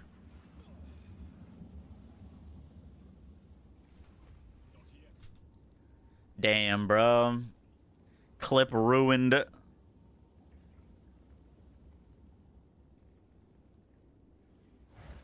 Fuck.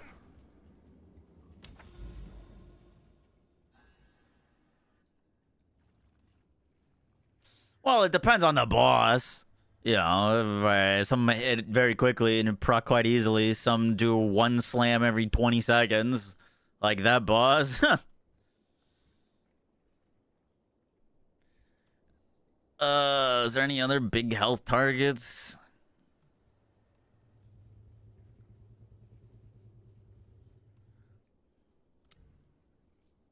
Until the day I die.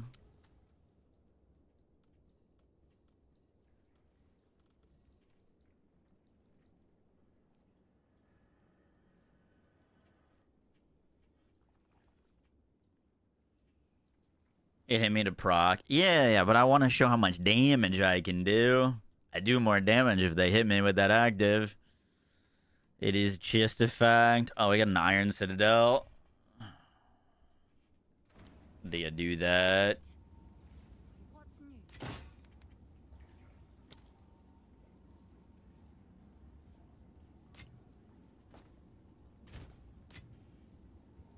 new? Mm, mm, mm.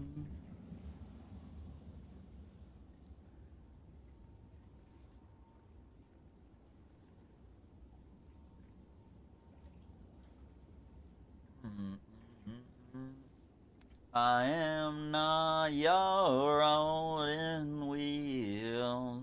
I'm a long way.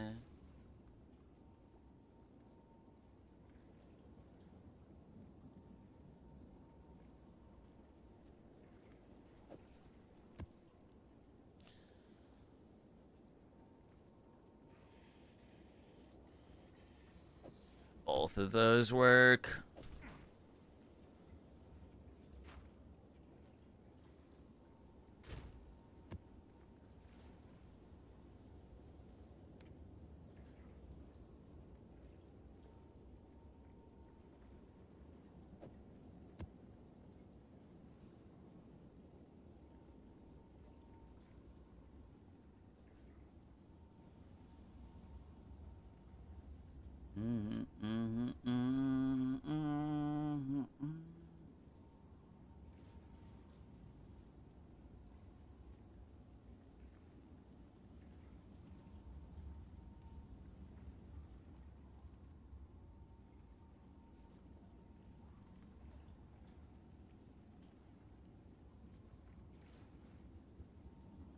I am not your rolling wheels.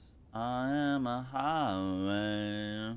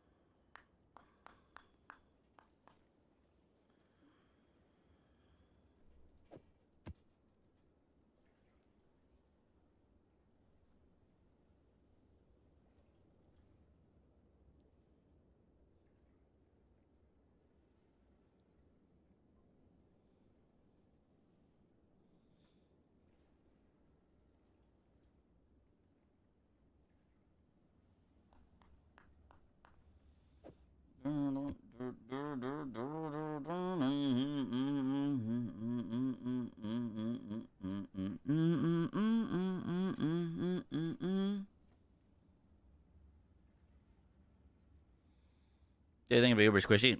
I don't know. I never played Flicker.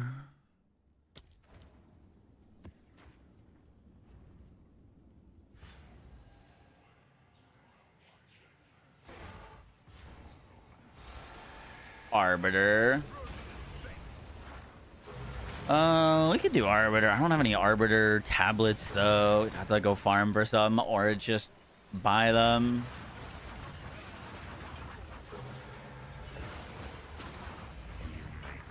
Alright. Hopefully we get hit here. I'm purposely not grabbing any shrines, so our damage isn't influenced by that.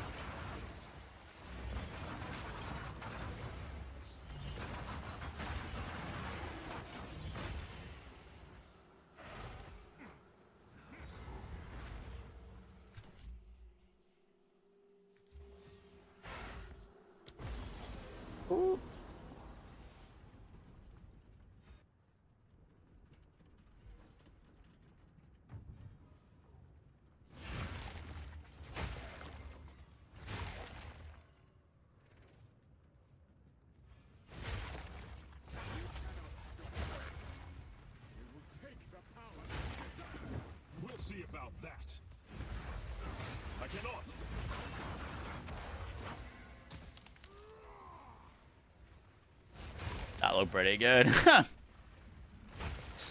Looked pretty good.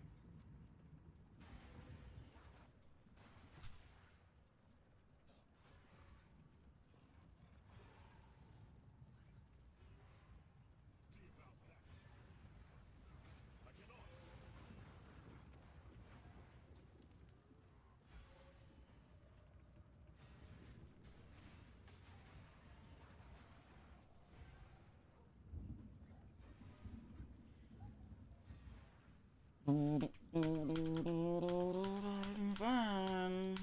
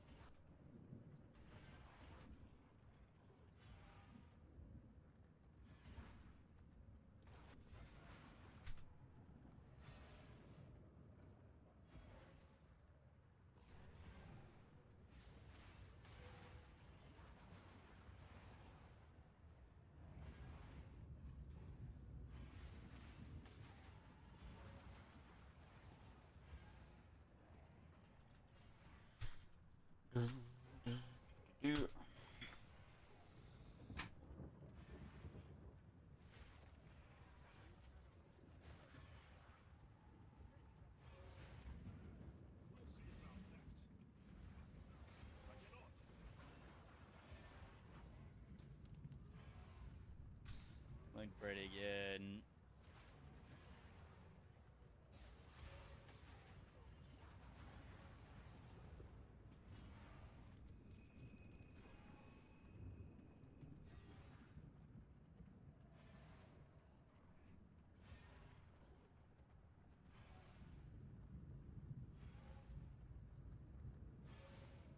Does charge staff work with hollow focus?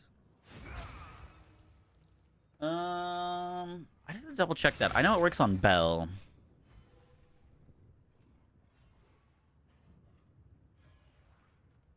I do not.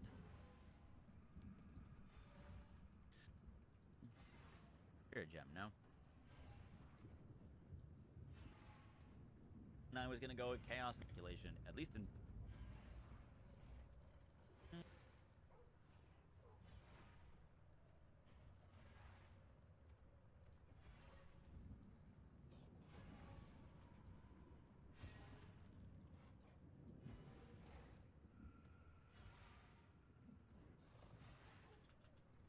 For example.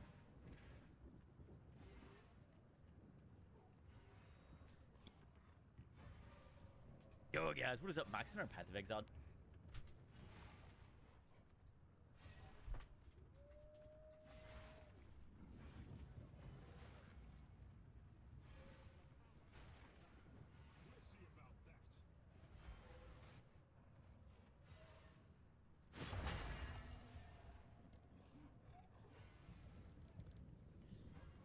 Now also a full belt ice strike munch would be dope. Ice Strike. You know what's funny about Ice Strike is I think if you play Ice Strike Monk, I think you go Duality.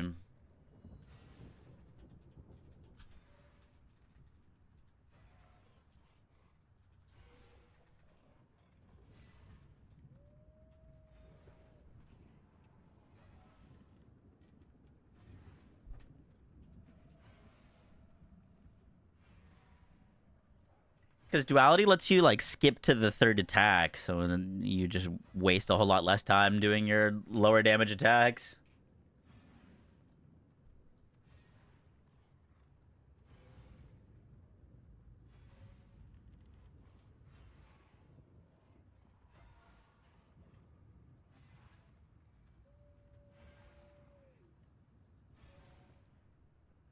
That's a good song. We can use that.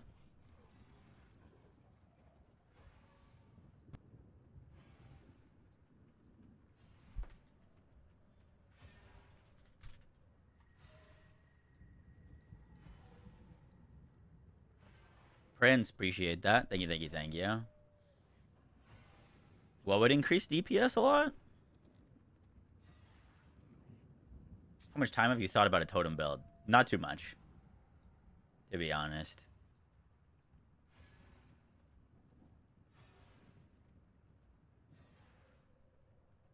What I didn't know, which I learned recently, is that totems snapshot on cast. Meaning you can, like, allocate all damage nodes, 0 defense nodes, click your totem, and then swap back and, like, have a full defensive skill tree versus a full offensive skill tree. So, like, that seems kind of crazy. Kickstarter that I have played.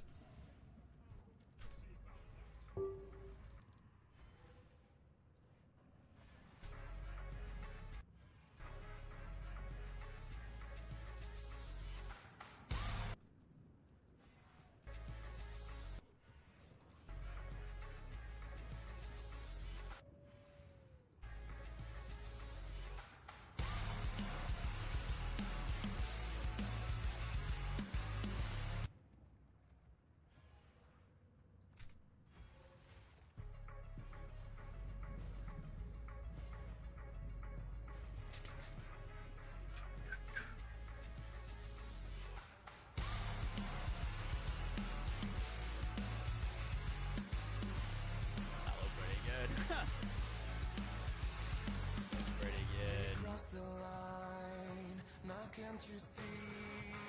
Even when I try to hide, I can feel them. Yo, guys, who's up?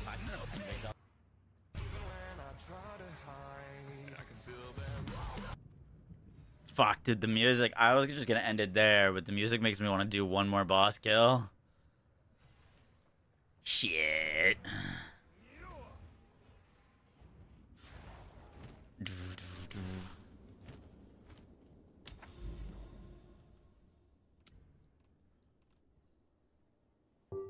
Have I gotten a copyright strike? You know what's funny is most of my copyright strikes for music happen on my videos that I posted when I first started making Borderlands 3 videos. Which is bullshit because when I used the music originally, it wasn't copyrighted audio. But things that weren't copyrighted can then become copyright music, and then they can copyright strike me for using the song that when I used it originally in a video 4 fucking years ago, it now is copyright material. Which is the dumbest thing I've ever seen.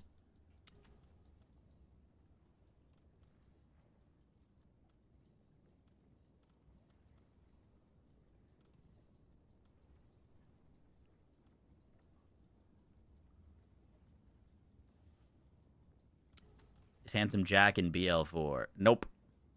Handsome Jack is dead.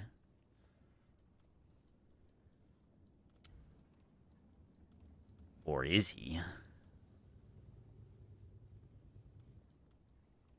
Okay, we should, if we wanted in our boss kill, we'd travel over to, this is like a patriarch on top of a copper citadel, on top of a matriarch, on top of a jade isle, so that area is pretty juicy. Let's just finish this video first, though.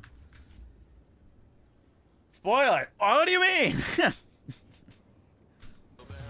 Yo, guys, what's up, Max?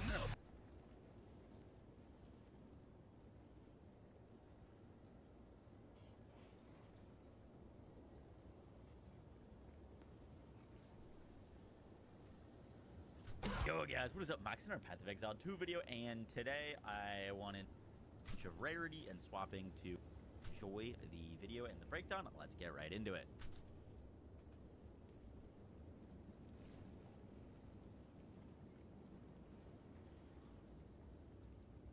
Putting up your tree. Mute that site. Those pings are getting annoying. Your energy shield will be a lot tankier for you. Putting up your I do that one more time. Here. I'll put it to you. Feeling going Trinity with, and that is, you understand, there's more % of our evasion rating. You don't, that you do need to be aware of to make that swap.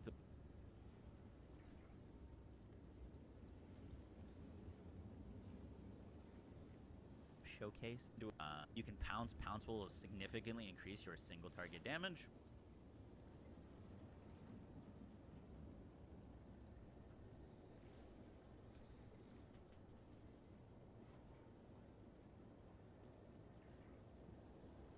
We're gonna do a little. Alright, so we're gonna do a little like map showcase slash walkthrough. I've posted this build a bunch, but I haven't really like done one of these. Move my camera. So this is a 200% delirious map. Anytime I walk into a map, I usually devour a few bells. Devour is going to give us a whole bunch of buffs: blazing crit, thrill to kill. It's also gonna give us power charges, and then we just rend. Rend will give us a huge buff. So whenever we're rending, we're getting a bunch of bonus damage as lightning. Part of the reason why Rakiatas is so good on this build is because we get so much of our damage gained as extra elements. Heart of the Well increases that even more. And then once we're going through the map, I use Shattering Palm quite a bit. You don't need to if you don't like to, but Shattering Palms get a really cool ability on this build that whenever we dash to a pack, you'll see all those crystals happen. Those will like proliferate through a ton of enemies, and they will also make sure that they blind them. So I use Shattering Palm as a way to inflict large-scale blinds, and also it builds combo for you if you want to use combo to put down bells. So that's really nice, but it also like doubles as a little. Already, yeah, I'm thinking to give it subs. Appreciate that. So usually I'm just like dash to pack and then spin, dash to pack and then spin. Once again, like we have enough damage that you don't need to do that, but if you're looking for kind of like the play style that I'm using, note we still have like 15 seconds of rend. We've got all of our charges. You'll also note that I'm at 10,000 energy shield. We'll explain why that stacks up so high in maps in a second. But yeah, that's basically the playstyle. Every once in a while, you want to just activate your buffs. If you're in between packs, like let's say we kill all these enemies, you can like take a second to devour a corpse or devour one of your bells. But yeah, pretty easy. I don't use Refutation or Pounce typically in maps. You definitely can if you're like dealing with like a really, really tanky enemy. You can Pounce. Pounce will significantly increase your single target damage. Clear up this strong box. Dash to all of those guys. That's a lot of damage they're throwing at us. Not too worried about it. One thing that's really cool on this setup is the more... Would you advise this build or Brutus for second character? I haven't played Brutus, so I can't advise you on that. Hold it up there, but we get a ton of deflection. I can advise you that this build's fucking crazy, so you definitely won't be making a mistake if you pick this, but that's up to you. Which is very, very cool. let's open up this breach. Make sure we're rending to cast our buffs. This is like fully juiced with as much pack size as we could put in it. You'll also note I haven't really been using much mana flasks. You'll see these little like blue circles on the ground. Those are going to be our mana remnants. Mana remnants is doing a ton in terms of our mana. If you're not seeing mana remnants on this build, you either don't have enough crit chance or you don't have enough elemental damage. We got a bunch of stuff from that. Very cool.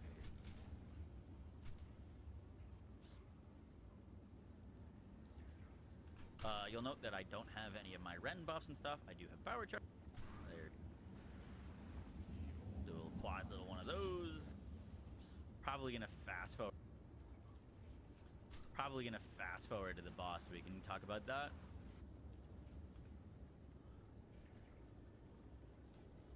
We made it to the boss. You'll note that I don't have any power charges. I like to just make a note of if I don't have power charges before I walk into a boss, because all of our damage is based off of power charges. So we can just eat a few bells real quick. We've got 3 power charges right now. Once the boss is spawned, we're going to rend, pounce, refutation. They're going to hit us, and then we kill them. He didn't hit me there, so we didn't pop our refutation, which is giving us critical hits are lucky, and also 50% more damage. But yep, boss is dead. All of the required key, basically our effective hit pool is everything else up to you, but flat damage on rings is huge. Yup. Only worth from 500 plus strength. Oh yeah. Note that if or that is a high bounce. So you're saying I shouldn't swap to it at level 40? 60% chance, then it rolls that 60% chance again to see if we evasion rating. For our supports, we're using.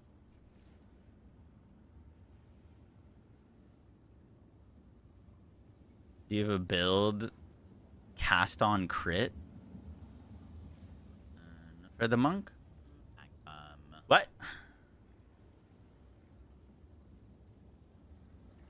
Like lots of ritual content because ritual spams out. What do you mean? You mean build dock? Have any life, then you have playing around it. I've got some fizz. Have any life, then you get stunned very easily. That's part of the reason why we want to be wary of that. Boss is dead. Do you have a build with cast on crit in it? No. We have a huge build, cock. You don't have any.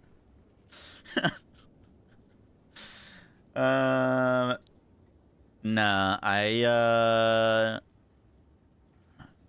even in the build that I was using cast on stuff, I just ended up using cast on elemental ailment. The only real downside of going chaos inoculation. Why is this being a black screen? The only real downside of going chaos inoculation is one.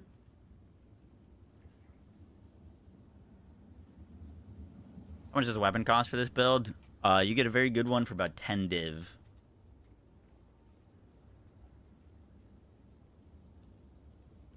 All right, so let's start by mine that I'm using is currently 75. And the chaos is dead. All right, so let's start by talking about survivability and the chaos enough. Highlighting +3. I would rather have crit chance or crit damage than +3. All right, so let's start by talking about survivability and the chaos. Why is this clip going black?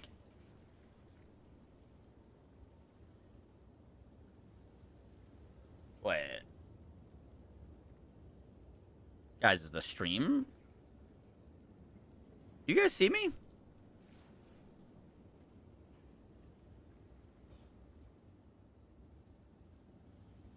You do? Huh.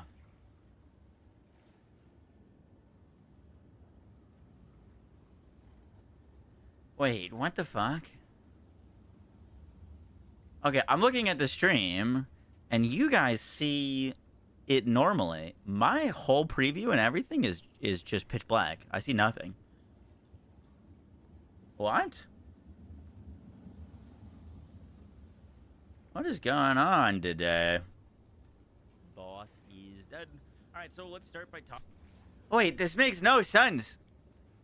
All right, on my screen, I see nothing. It's pitch black. But you guys are seeing the video. What?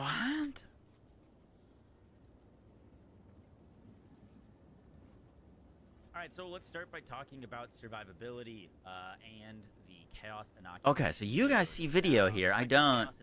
Like, the screen's all black. My entire screen is black. Build that I personally Like, it looks like the clip is broken, but I think it's just a visual bug on my end because you guys see it. suffixes on your gear to not arm to make me immune to bleeding, not just going full going for chaos inoculation so that you don't just get shredded and then not have a good way to get that energy shield back.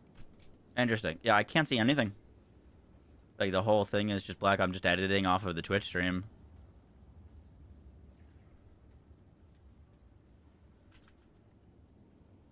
The only real downside of ghost maps, not a great feeling, but that is basic rarity. Your monitor is on. Yep.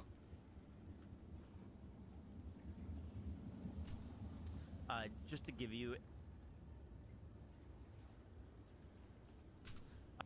for both going chaos inoculation and not just whatever you're more comfortable with. Alright, I'll take a picture. I'll show you. Well, what it looks like right now is what the whole screen looks like. Let's sign, bro.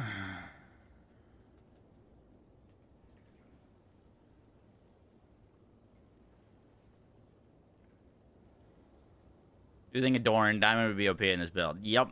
Yeah.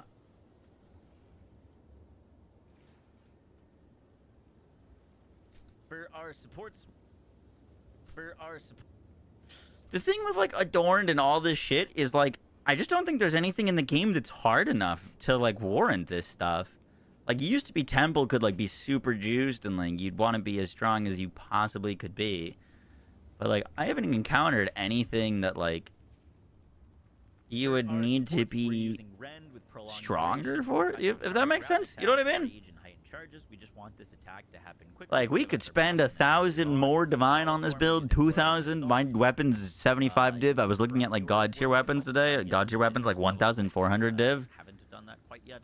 My whirling assault is level 23. But, like, there's just nothing that's We'll talk about this when we get difficult. issues on this build, and you have the setup. One of the things that you can do is just drop plus levels of attacks on your weapon. Part of the reason why we don't need as much crazy crit chance on this build. It's quite nice. A whole lot lapping, post combat, ancestral call, blindside, and rage forged on.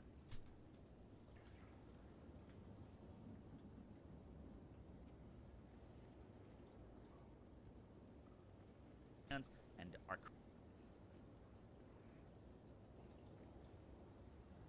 Dude, I'm so confused right now. a lot more than 40% damage. You can get rage forged on. I don't understand how you guys would be able to see what the clip looks like, and I can't. The life flask. This reads that we have Makes no sense. That's gotta be a monitor bug, right? we are speaking of rage.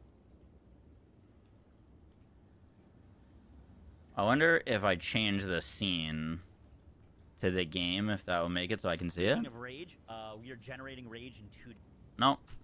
your maps. You will.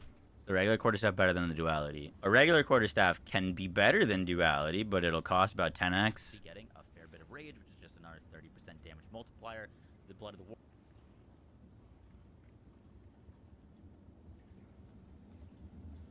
The blood of the warrior gives you basic. Doesn't really matter.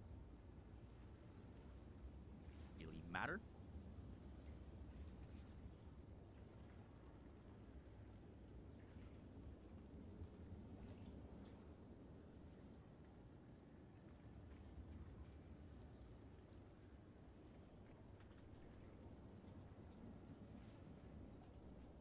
For the rest of the gear, I'm using a added fizz, increased fizz.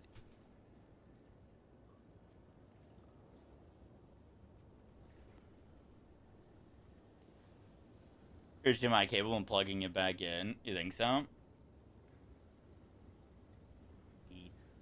Uliman's Gaze. I've been kind of swapping. Note that getting a deflection rating, distorted getting deflection rating, is also very, very nice. Very, very nice. Yeah, there's a POB in the max roll planner.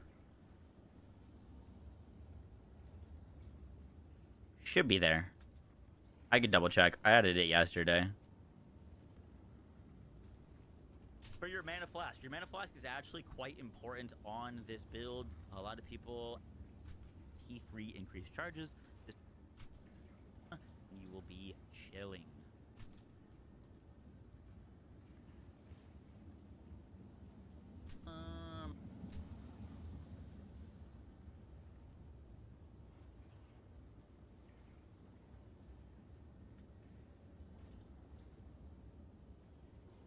We're using hollow. Now let's go over the skill tree. We're using hollow. Now let's go over the skill tree. We're using hollow form, larger mana pool here, and this will help a lot with that.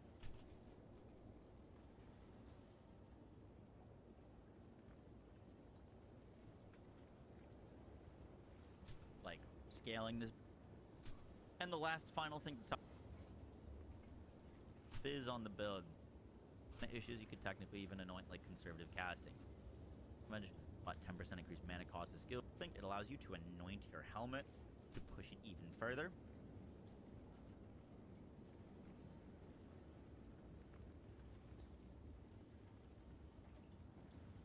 If you wanted to do that, or the other thing that you could do. The other thing for the other.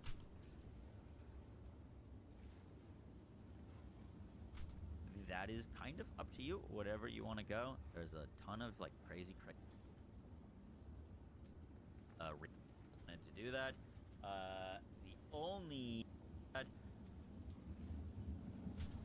The other thing for like uber scaling the build, that's a pretty strong one. Damage for you. Once again, a whole lot more ways to scale this build even harder.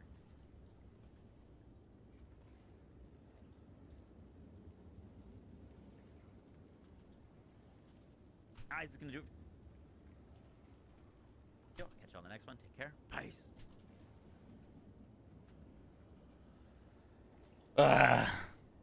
So weird.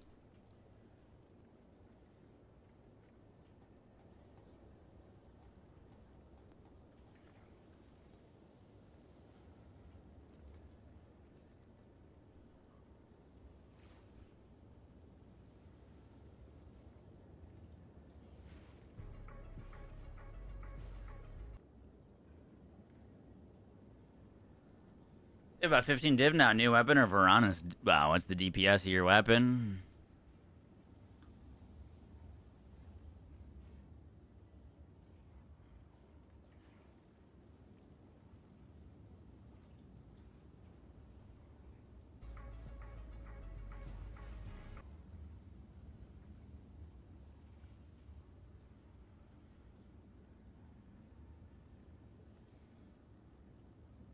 $700 PDPS? Is that a duality?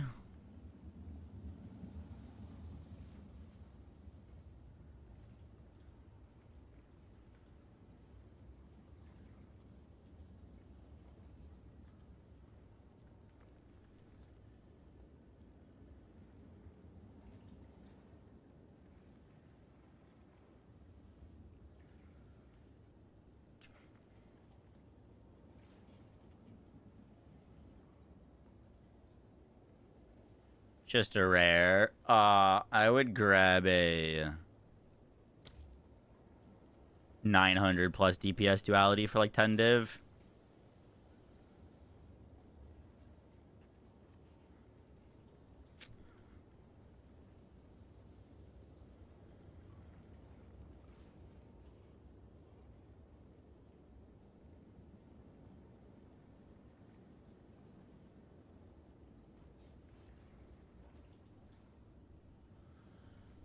1 second. I'm trying to send Zydax a picture of what's going on.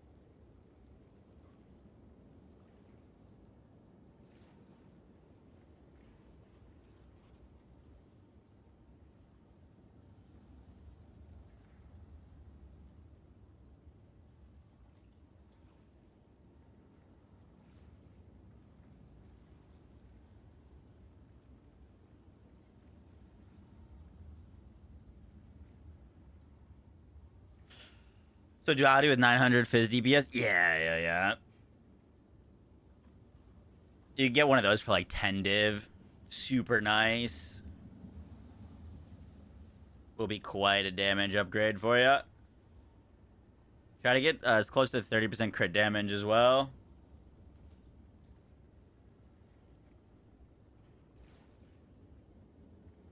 Unique scaling and leveling difference compared to D4.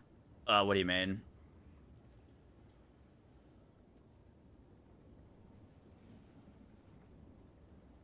For 200 plus. Dualities?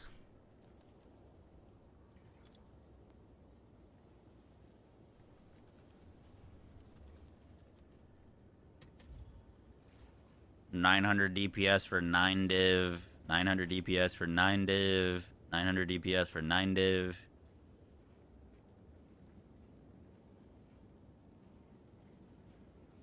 Oh, what are you looking at? I'm filtering it wrong? Probably. You want duality, rune mastered, warding quarterstaff, 900 physical DPS.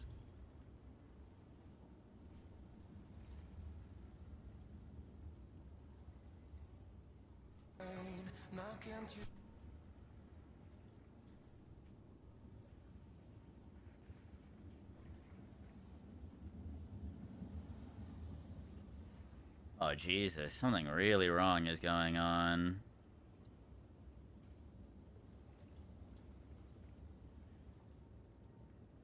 Dude, what the fuck is happening?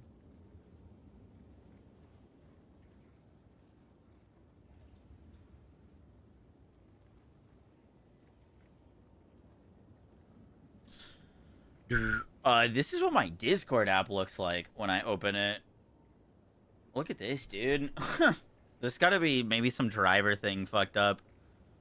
Is this the right view? I can't see anything on stream. Sorry, guys. Sorry for the technical difficulties. That's what my Discord app looks like. Ooh. Like, help? His GPU's cooked, boys. Yeah, something's going really wrong.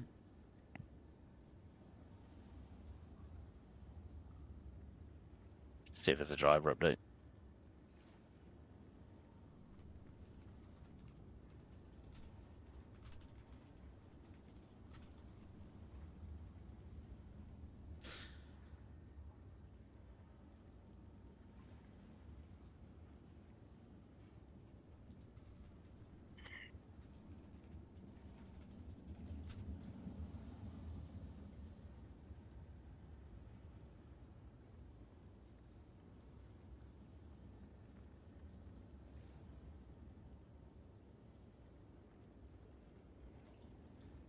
Zydex, I'm sending you a video.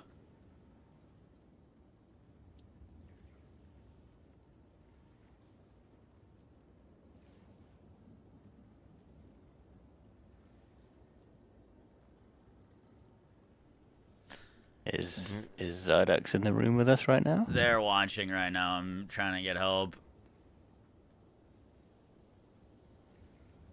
This is what my monitor looks like.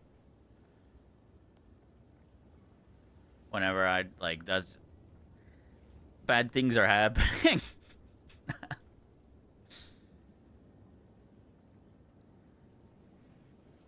I might just unplug the monitor. Yeah, let me unplug the monitor and plug it back in and see if that fixes things.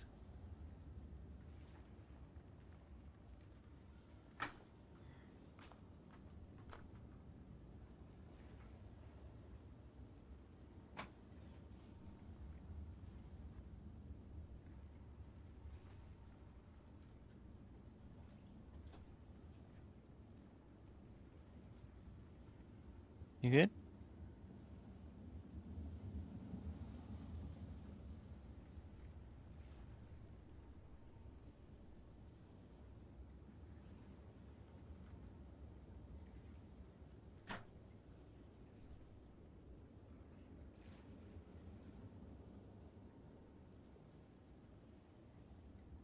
Alright, that didn't fix anything.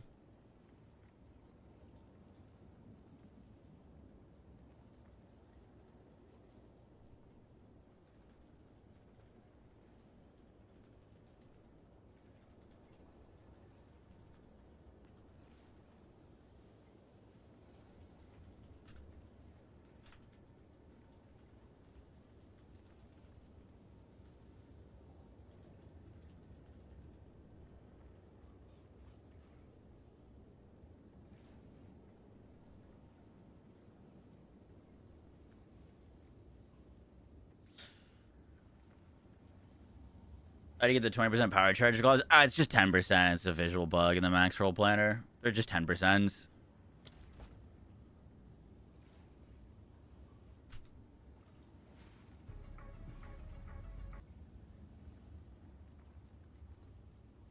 Which is kind of broken for...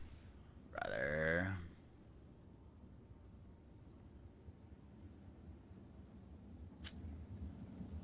For Ghost Dance. Also get extra spirit there. I might just reboot the computer. Maybe it'll fix it. I don't know. I don't really know what to do. I can't see anything.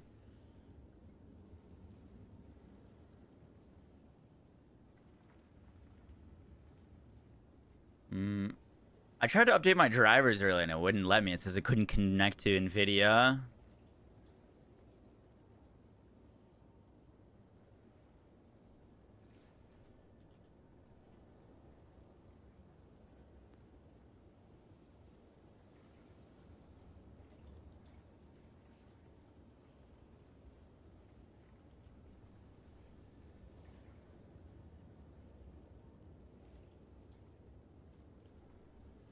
Let's see, maybe Elgato will fix it.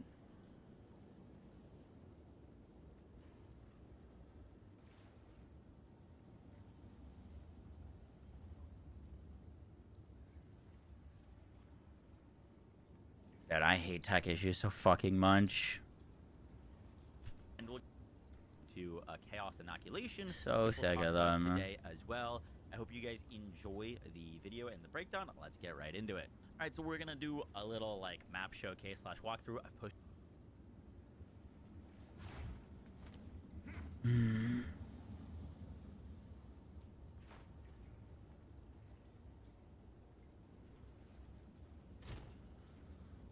All right, let's go do another map. We'll figure it out in a second. Get some extra gameplay.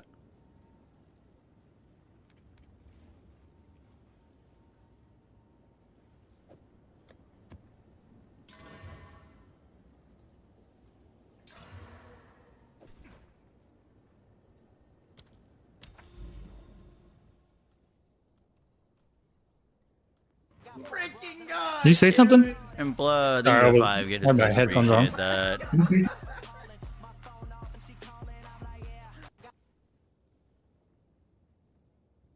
Thank you, thank you, thank you. Appreciate that, Plus. Very kind of you. I don't know about the visual bugs in the guide. What do you mean?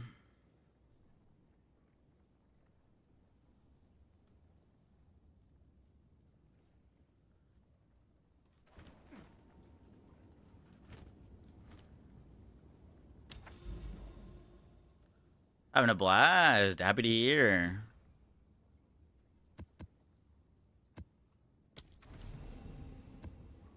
All right, I think I genuinely don't know if this is gonna work. If I'll be able to record it or not. I'll try. Yeah. I sent it to Maxroll as well, saying like, hey, can you guys please help me fix this? Because I can't.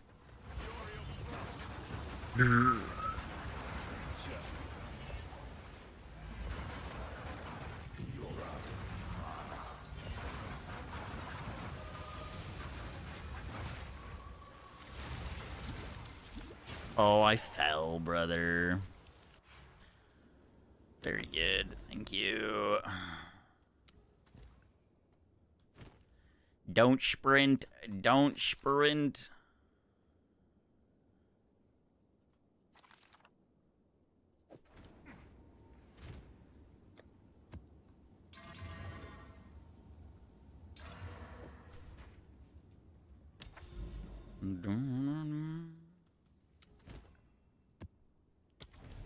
What bug? Maxwell displays my gloves as having a 20% power charge chance, and whenever I try to adjust it, it just puts it back at a 10% or back at 20%. There's nothing I can do about it.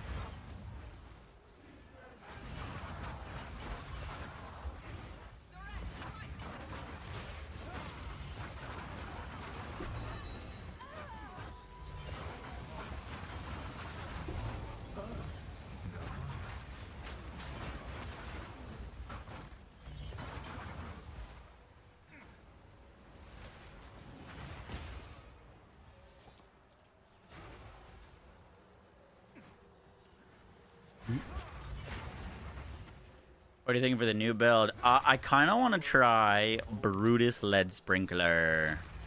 It's a new unique. It requires you to stack a bunch of strength to deal damage, which will be interesting. But could be fun. How much ES do you recommend getting before you use Chaos Inoculation? Probably 6K.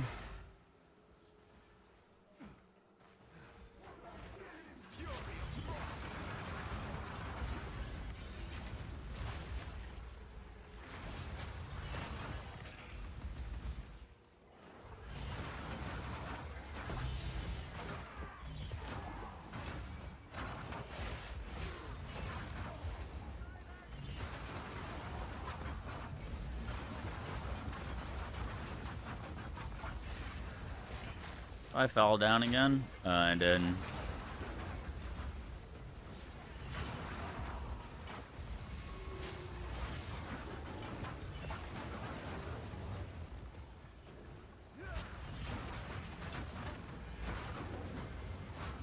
rushing in to pick up whatever you have. Yup.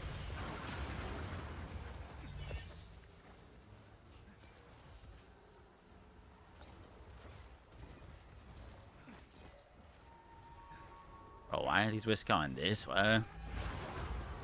Oh, the enemies are the other way, bro. What are we doing? They're gonna go inflict the strong box.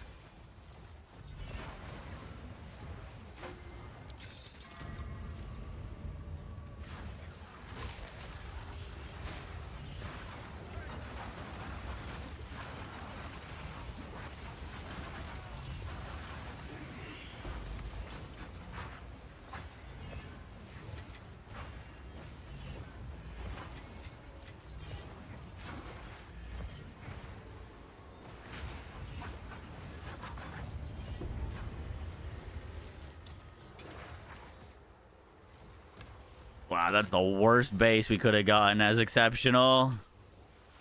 That's crazy. Damn, bro. Huh.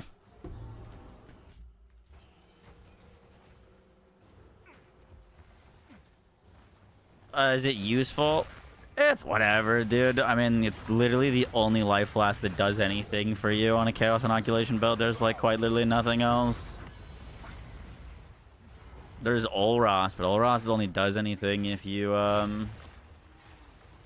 you have a bunch of ward, which we don't. Not yet.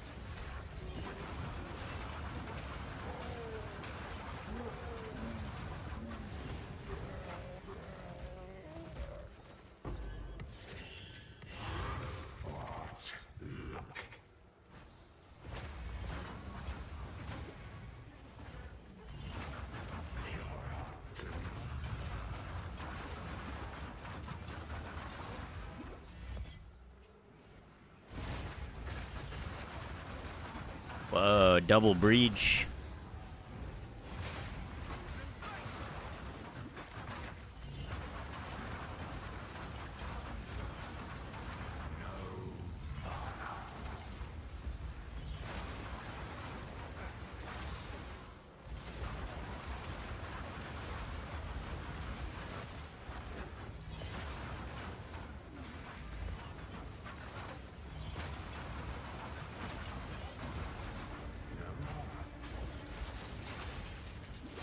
No, I fell.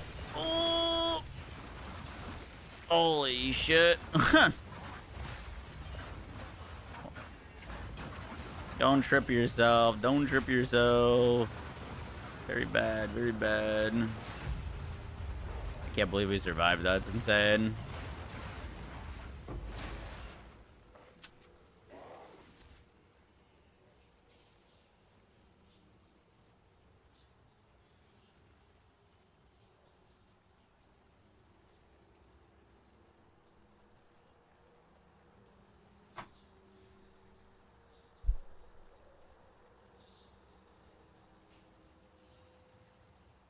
Does the +3 attack skill work on with whirling? Thought it was only melee.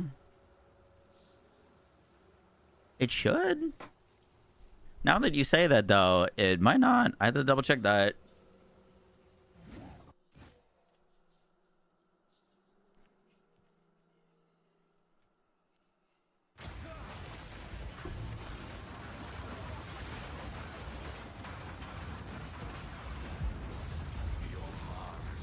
I'm tired of the crashes. It's so annoying. So annoying. Wow, bro. A lot of exceptional bases this map. Is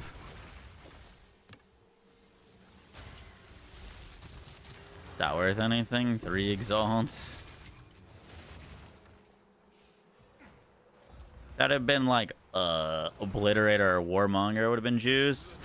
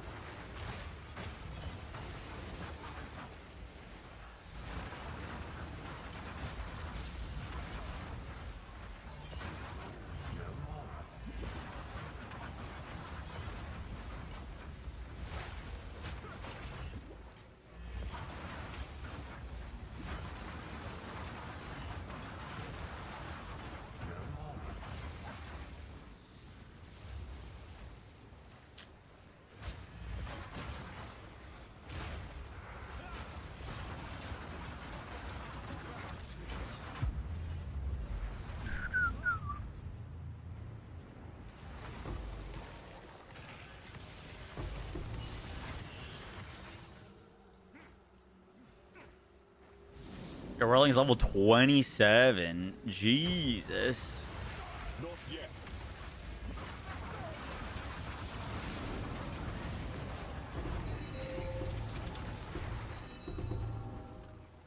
Sheesh.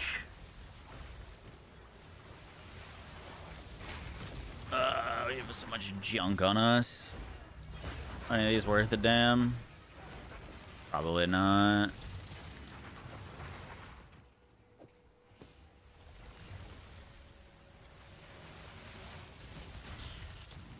That thing's not terrible. 600 energy shield with shit suffixes. I think we could technically fix that.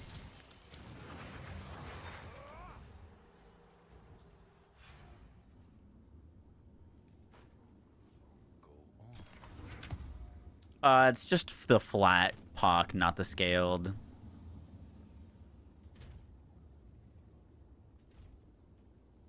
So yes, you are understanding that incorrectly.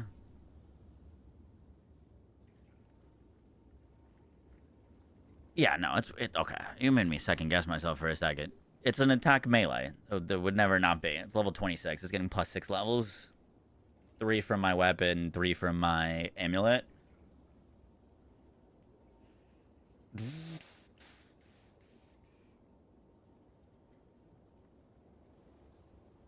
Is your MTX from PoE 1? No, 2. Well, the Whirling Assault is from 2. Divergence is technically from PoE 1. Paladin and Misery Rings are all from PoE 1. But I think you can buy some of them in PoE 2 now.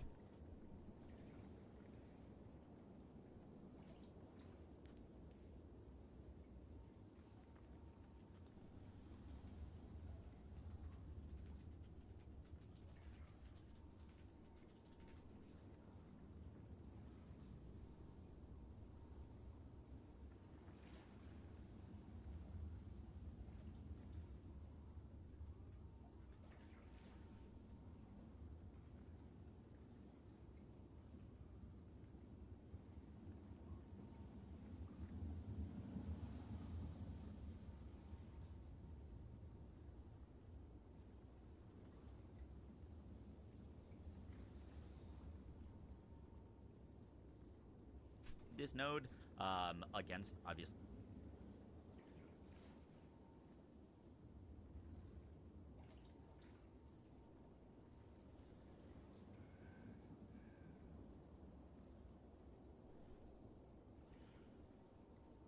Herald Device. Herald Device doesn't work on this build.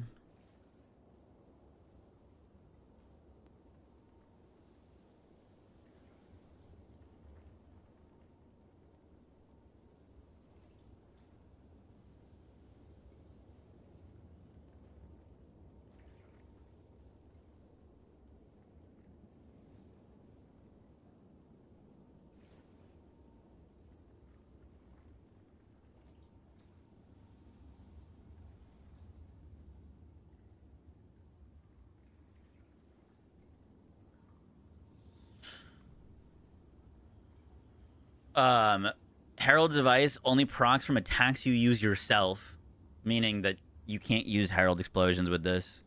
Otherwise, I promise you would be doing Herald Explosions.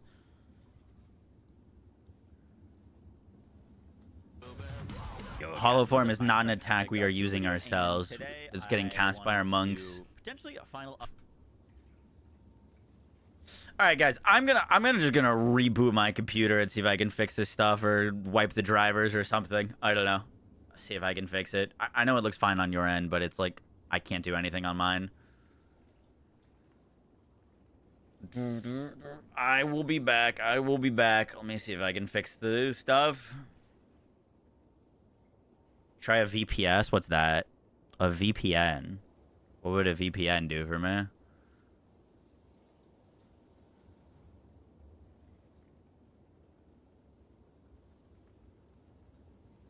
I'm on two PCs. One of them's streaming, one of them's recording, and the streaming one, the entire screen is black. I can't fix it. I can't see anything. Okay, I can't really edit or anything. Would possibly kill your network lag. That's not the issue I'm having. Not the issue I'm having. I just can't see anything.